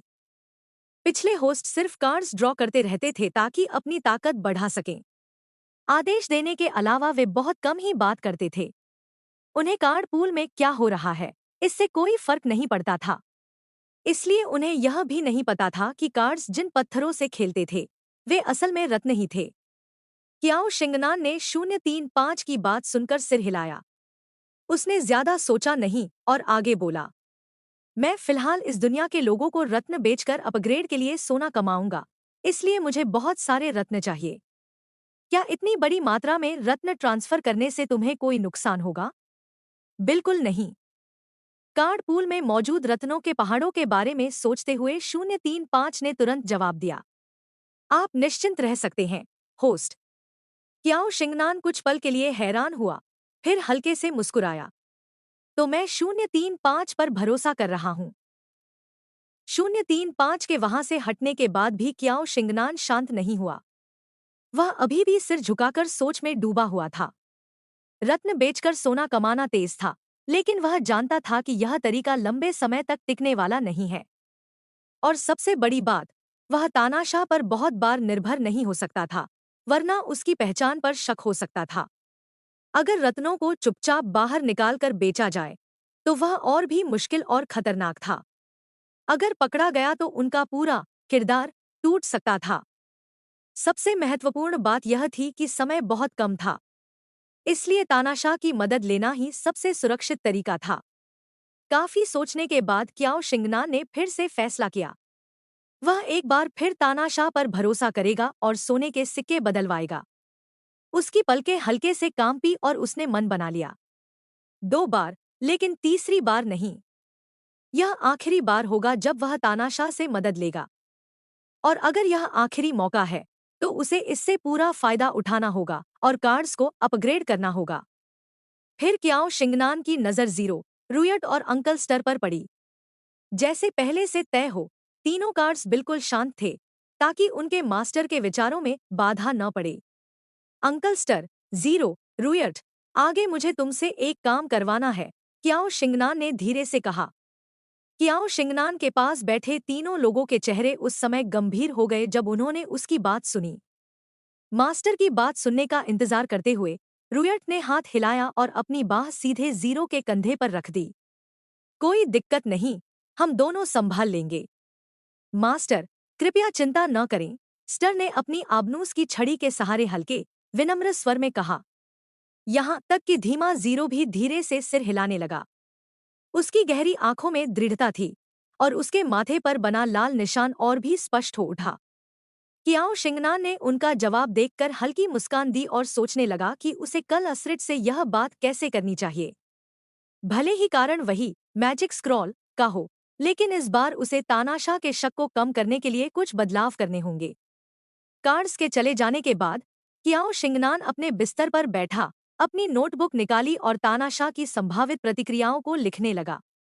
उसने एक एक करके उनके जवाब और समाधान तैयार किए। काफी देर सोचने के बाद जब उसे लगा कि कोई समस्या नहीं है, तब जाकर उसने थोड़ा राहत की सांस ली। सब कुछ अब तानाशाह की प्रतिक्रिया पर निर्भर था। अगली सुबह स्टर ने जल्दी ड्यूटी पर मौजूद इलिर को ढूंढ लिया।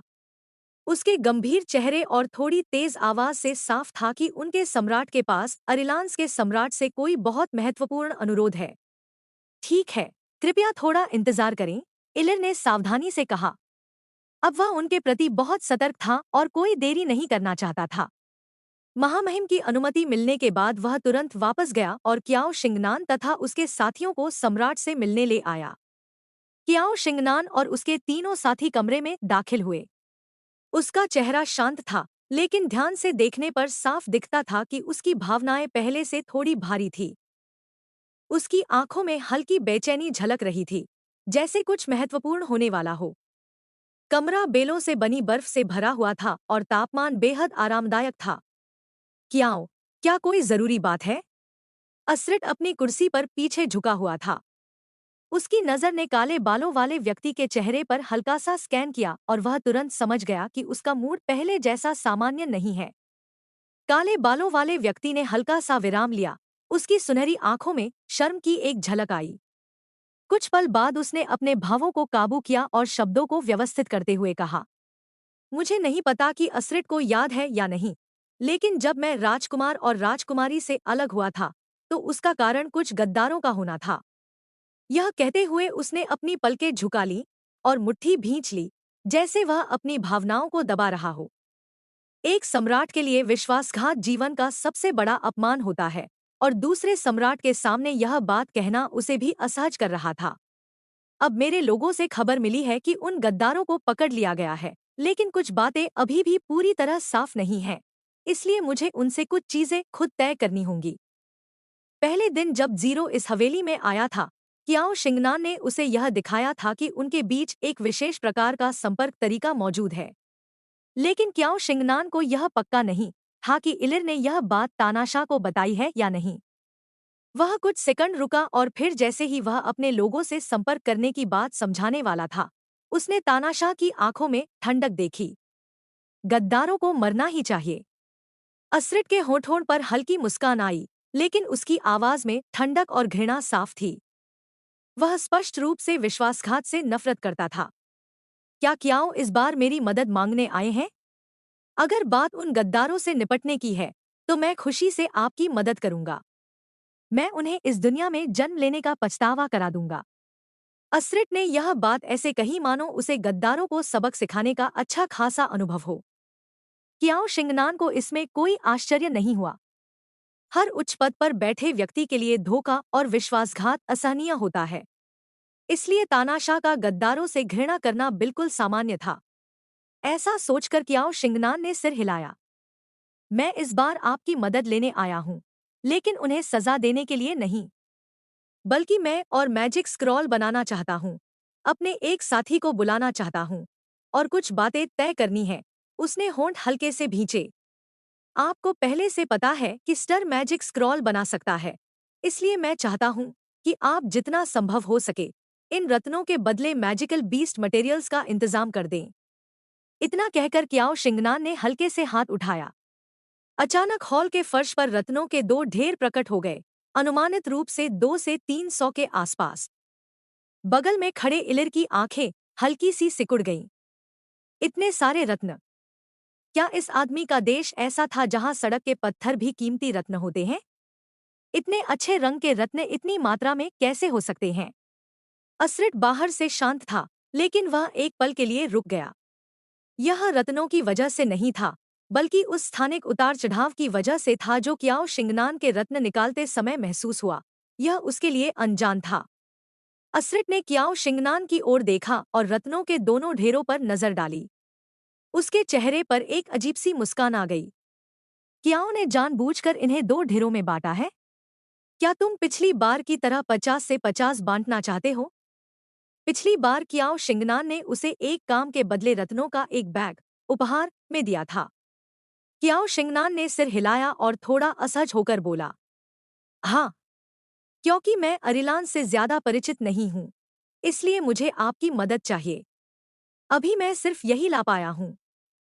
अगर आपको परेशानी न हो तो अच्छा रहेगा। लेकिन इस बार असरिट ने इनकार कर दिया। पिछली बार आपने मुझे धन्यवाद के तौर पर दिया था, इसलिए इस बार जरूरत नहीं है। यह काम असरिट के लिए मुश्किल नहीं था और उसे क्याओ की मदद करने में कोई आपत्ति नहीं थी। आखिरकार अब उसकी उसमें दिलचस्पी बढ़ रही थी। क्याओ शिंगनान भौहें सिकोड़कर कुछ कहने ही वाला था कि उसने देखा असरिट ने मेज पर उंगली टैप की और गंभीर स्वर में कहा, मेरे साथ औपचारिक मत बनो। उसे महसूस हो गया कि तानाशाह वास्तव में यह नहीं चाहता था। क्याओ शिंगनान ने और कुछ नहीं कहा। इन मामलों में तानाशाह काफी उदार था और अगर सामने वाला थोड़ा सामान्य होता तो यह और भी अच्छा होता। ठीक है, फिर मैं यह असरिट पर छोड़ देता हूँ। असरिट ने हल्की सी हम्मा की आवाज की और हाथ उठाकर जमीन पर पड़े रत्नों के दोनों ढेर को समेट लिया। क्याओ शिंगनान का चेहरा शांत रहा। उसके लिए यह सामान्य था, एक सम्राट के पास स्टोरेज टूल्स होना कोई अजीब बात नहीं थी। असरिट ने बिना पलक झपकाए क्याओ शिंगनान की सुनहरी आंखों की ओर देखा और अचानक पूछा, क्याओ, कल रात की शराब कैसी लगी? क्याओ शिंगनान को उम्मीद नहीं थी कि बातचीत इस तरफ मुड़ जाएगी, लेकिन उसने शांति से जवाब दिया, यह हमारे साम्राज्य की शराब से अलग थी, लेकिन इसका स्वाद खास था। यह सच था। उसे अपने पिछले जीवन में भी शराब की ज्यादा आदत नहीं थी, लेकिन असरिट के भोज की शराब ताजगी भरी थी और कड़वाहट नहीं थी। असरिट के होंठ हल्के से उठे। अच्छा है कि तुम्हें पसंद आई। मैं ज्यादा नहीं पीता, इसलिए उम्मीद है कि कल रात मैंने जो कुछ भी नशे में कहा, तुम उसे गलत न समझो। नशे में कही बातें? क्याओ शिंगनान को याद आया कि तानाशाह ने उसकी आंखों की खूबसूरती की तारीफ की थी।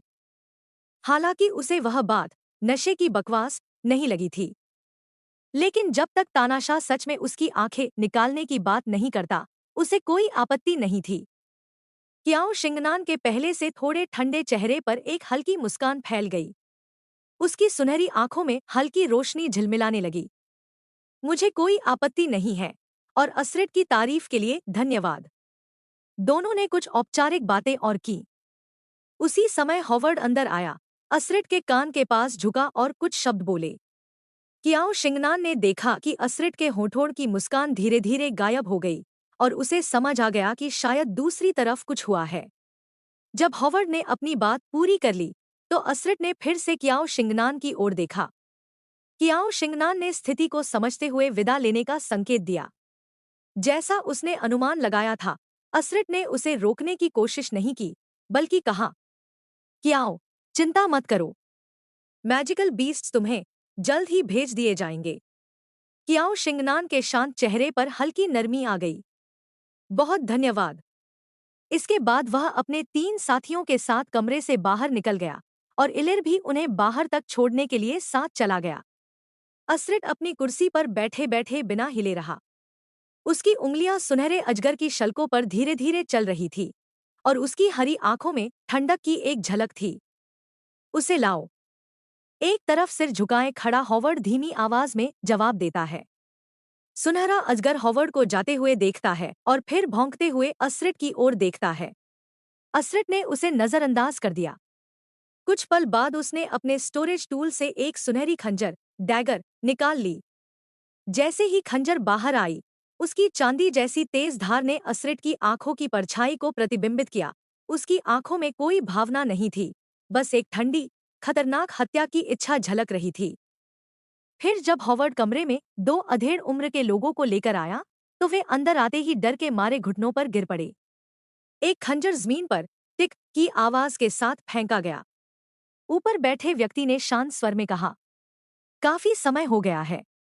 उन दोनों आदमियों ने तुरंत उसके मतलब को समझ लिया और डर के मारे रोते हुए बोले, महामहिम, हमने पिछले 2 दिनों में महारानी माँ के सारे छोटे सहयोगियों को खत्म कर दिया है और बियाला के पिछले कुछ सालों के सभी अंडरकवर एजेंट भी खत्म हो चुके हैं। हम सब शाही परिवार से ही जुड़े हैं। हम खून के रिश्तेदार हैं। वे सच में पछता रहे थे। उन्हें नहीं पता था कि उन्हें बियाला के साथ इतना करीब नहीं होना चाहिए था, सिर्फ इसलिए कि महारानी माँ बियाला की राजकुमारी थी। वर्तमान सम्राट का स्वभाव अत्यंत कठोर था और उन्हें डर था कि उनकी सच्चाई भी उन्हें नहीं बचा पाएगी। शोर मत करो। असरिट ने नीचे देखते हुए अचानक हल्की हंसी छोड़ी। बहुत लोग हैं। अगले ही पल दोनों को प्रतिक्रिया का मौका भी नहीं मिला और वे जमीन पर गिर पड़े। खून फैल चुका था और वे फिर कुछ नहीं बोल सके। हॉवर्ड ने खून से सनी खंजर को साफ किया और आधे घुटने पर बैठकर असरिट को वापस दे दिया। फिर उसने सुना कि महामहिम थोड़ी अफसोस भरी आवाज में कह रहे थे, अभी मुझे कियाओं को इन लोगों की असलियत दिखाने का समय ही नहीं मिला। मैं चाहता था कि मैं उसे अपने उन दो चाचाओं से मिलवाऊं, लेकिन वे तो इतनी जल्दी गद्दारी पर उतर आए। सच में मजा ही नहीं आया। वह थोड़ी देर रुका और फिर धीरे से जोड़ा, अगर वह यह दृश्य देखता तो उसकी आंखें बहुत सुंदर होती। हॉवर्ड जानता था कि सिंहासन पर बैठे व्यक्ति को उसके जवाब की जरूरत नहीं है। वुडरेस के तीनों नेताओं को बता दो कि जब चीज हाथ में आ ही गई है। असरिट खड़ा हुआ, उसकी आवाज ठंडी थी, तो शाही परिवार को रखने की जरूरत नहीं है। इस तरह से अब किसी भी इंसान का संबंध महामहिम की खून की लाइन से नहीं रहेगा। हॉवर्ड ने सिर झुका दिया। उसकी पीठ पर ठंडा पसीना उतर आया। महामहिम अब पहले से ही ऐसे थे, जबकि अभी उन्होंने स्केल पल भी पूरी तरह नहीं लिया था। जब वह इसे लेकर पूर्ण रूप से वयस्क होंगे तो उनका स्वभाव और भी अधिक उग्र हो जाएगा। उसे यह सुनिश्चित करना होगा कि आसपास की कोई भी चीज उन्हें परेशान न करे। अब पूरे साम्राज्य में बहुत कम चीजें थीं जो महामहिम को प्रभावित कर सकती थी, और उनमें सबसे बड़ा बदलाव हॉवर्ड के मन में कियाओ शिंगनान का समूह आया। दूसरी तरफ कियाओ शिंगनान को यह नहीं पता था कि तानाशाह का अपग्रेड होने वाला है और मुश्किलें भी बहुत बढ़ने वाली हैं। वापस लौटते समय उसने इलिर की ओर हल्का सा नजर डाला और अपनी उंगलियां हिलाईं। पीछे चल रहे जीरो ने चुपचाप रुयट की ओर सिर हिलाया, चेहरे पर कोई बदलाव लाए बिना। रुयट तुरंत समझ गया कि अब उनका प्ले करने का समय आ गया है।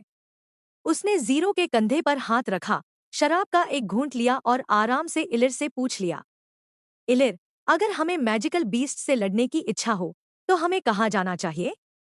उसके पास खड़ा स्टर रुयट के अनौपचारिक व्यवहार से स्पष्ट रूप से चिढ़ गया। उसने अपनी छड़ी पकड़कर नजरें दूसरी ओर मोड़ ली। इलिर ने आगे चलते सम्राट की ओर देखा और फिर रुयट की ओर, जो बिल्कुल भी औपचारिक माहौल की परवाह नहीं कर रहा था। वह कुछ देर चुप रहा और बोला, नाइट्स रोज गांव के बाहर शिकार पर जाते हैं। अगर आपको शिकार करना है तो पहले मुझे बता देना, फिर अगले दिन टीम के साथ चले जाना। ओह! रुयट की आंखें उस शब्द पर चमक उठीं। तो ठीक है, जीरो और मैं कल ट्रेनिंग के लिए चलेंगे। साथ में उस बूढ़े के लिए मैजिक स्क्रॉल का सामान भी ले आएंगे। बूढ़ा? इलिर ने रुयट के पीछे खड़े स्टर को देखा, जिसका चेहरा तुरंत काला पड़ गया था, लेकिन उसने जल्दी से नजरें हटा लीं, जैसे उसने कुछ सुना ही न हो। कियाओ शिंगनान जो आगे चल रहा था, उसका मूड बहुत अच्छा था। अगर इलिर ऐसा कह रहा था तो जीरो और रुयट बिना रोकटोक के मॉन्स्टर्स का शिकार कर सकते थे। जितना ज्यादा उतना बेहतर। यह तरीका सच में सही था। रुयट और जीरो शिकार के बहाने बाहर जा सकते थे और इस तरह पैलेडिन्स और वुडरेस दोनों से बच भी सकते थे। एक तीर से दो निशाने। और ऊपर से रत्नों के बदले मिलने वाले मैजिकल बीस्ट्स, इन सब के साथ कुछ दिनों में वे पर्याप्त सोना जमा कर सकते थे। यह योजना बिल्कुल सही साबित हुई थी। लेकिन अगले ही दिन जब वे शिकार पर गए हुए थे, पैलेडिन्स उनके महल के दरवाजे पर आ गए। स्टर ने सामने खड़े ऊंचे पैलेडिन्स को देखा और थोड़ा हैरान होकर पूछा, क्या मैं पूछ सकता हूं आप लोग कौन हैं?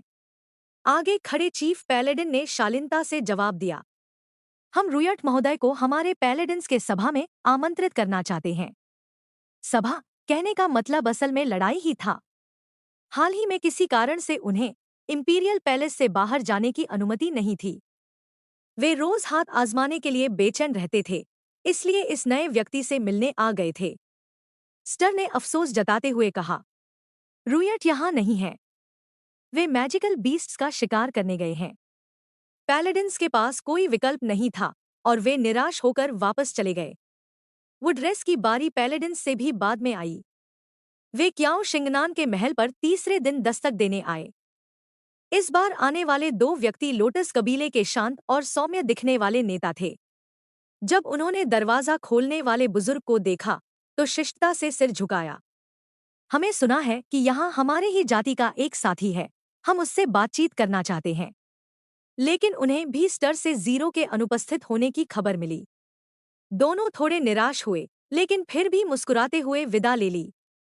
लियानफू, क्या तुम्हें लगता है कि दूसरी तरफ वाला जानबूझकर गया है? लियानफू भी इसका जवाब पूरी तरह तय नहीं कर सका। वे धीरे धीरे लोंगटेंग के महल की ओर बढ़ने लगे। कल ही उनके युवा मास्टर ने स्केल पल को अवशोषित करना शुरू किया था। यह एक बेहद खतरनाक समय था। आसपास की हर चीज उसकी शक्ति और स्वभाव को प्रभावित कर सकती थी। लेकिन बचपन के प्रभाव के कारण युवा मास्टर एक तरह की तानाशाही अवस्था में था और किसी दूसरी जाति को पास आने नहीं देता था। कल सिर्फ दूर से उसकी सुरक्षा करना ही सीमा थी। अब उन्हें हर छोटे बड़े बदलाव को नियंत्रित करना था ताकि कोई बाहरी असर न पड़े। लेकिन उन्हें यह भी सुनिश्चित करना था कि मामला इतना बड़ा न हो कि किसी को शक हो जाए। जल्द ही वे दोनों धीरे धीरे लोंगटेंग के महल में दाखिल हुए।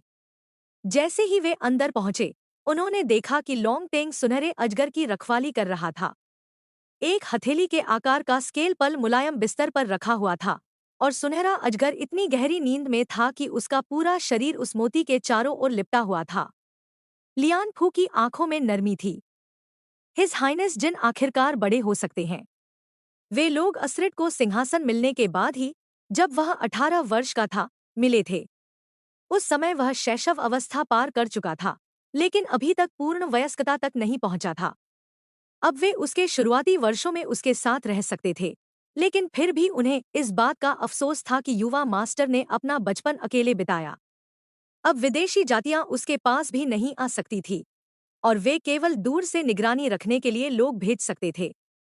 लोंगटेंग ने उनकी बात पर सिर हिलाया और पूछा, टेस्ट का क्या परिणाम रहा? दूसरी तरफ शिकार पर गए हुए हैं।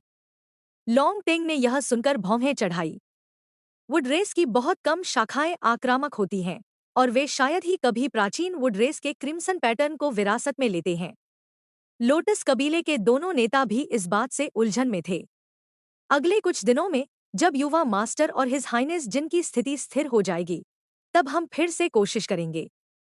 इन दिनों किसी भी अज्ञात पृष्ठभूमि वाले को युवा मास्टर के पास मत आने देना।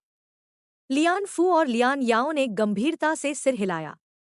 अगले कुछ दिनों तक कियाओ शिंगनान से मिलने कोई नहीं आया। इससे कियाओ शिंगनान ने मन ही मन राहत की सांस ली कि हाल के दिन बहुत शांत बीत रहे थे। पैलेडिन्स और वुडरेस आखिर किसमें इतने व्यस्त थे, इसका कोई पता नहीं था। वे उनके समूह को टेस्ट करने के लिए समय नहीं निकाल पा रहे थे और उन्हें तानाशाह के सामने भी लगातार सतर्क रहने की जरूरत नहीं पड़ रही थी। हालांकि उसे थोड़ी जिज्ञासा थी, लेकिन कियाओ शिंगनान ने पूछताछ नहीं की। उसने इस समय का उपयोग जीरो के शरीर और रुयट के साथ मिलकर पहाड़ों में मॉन्स्टर्स से लड़ने में किया। अंकल स्टर अभी भी मैजिक स्क्रॉल रिफाइन करने में लगे हुए थे। बिना ध्यान दिए 13 दिन बीत गए। कियाओ शिंगनान का पारिवारिक खजाना भी धीरे धीरे इकट्ठा हो चुका था। उसने ध्यान से गिना कि उसने तानाशाह की मदद से कितने मैजिकल बीस्ट्स को रत्नों के बदले बदला था। पिछली बार तानाशाह ने उसके दिए हुए रत्न स्वीकार नहीं किए थे। कुल मिलाकर उसने उन्हें उच्चस्तरीय मैजिकल बीस्ट्स में बदला था, पूरे 300 बॉक्स, जो इस समय सिस्टम स्पेस में रखे हुए थे।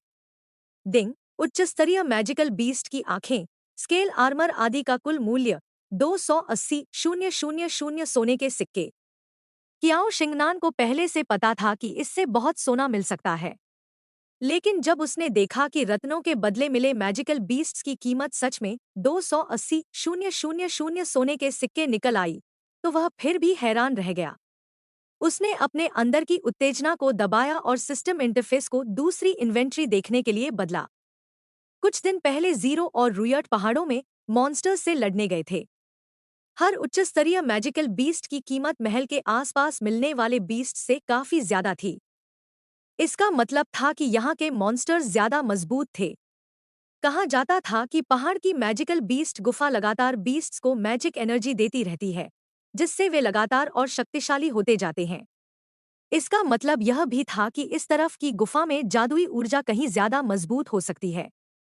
पिछले कुछ दिनों में कियाओ शिंगनान ने जानबूझकर जीरो और रुयट की कमाई की तरफ नहीं देखा था, ताकि थोड़ी रहस्यात्मकता बनी रहे। अब उसने थोड़ा नर्वस होकर हाथ बढ़ाया और सिस्टम खोला।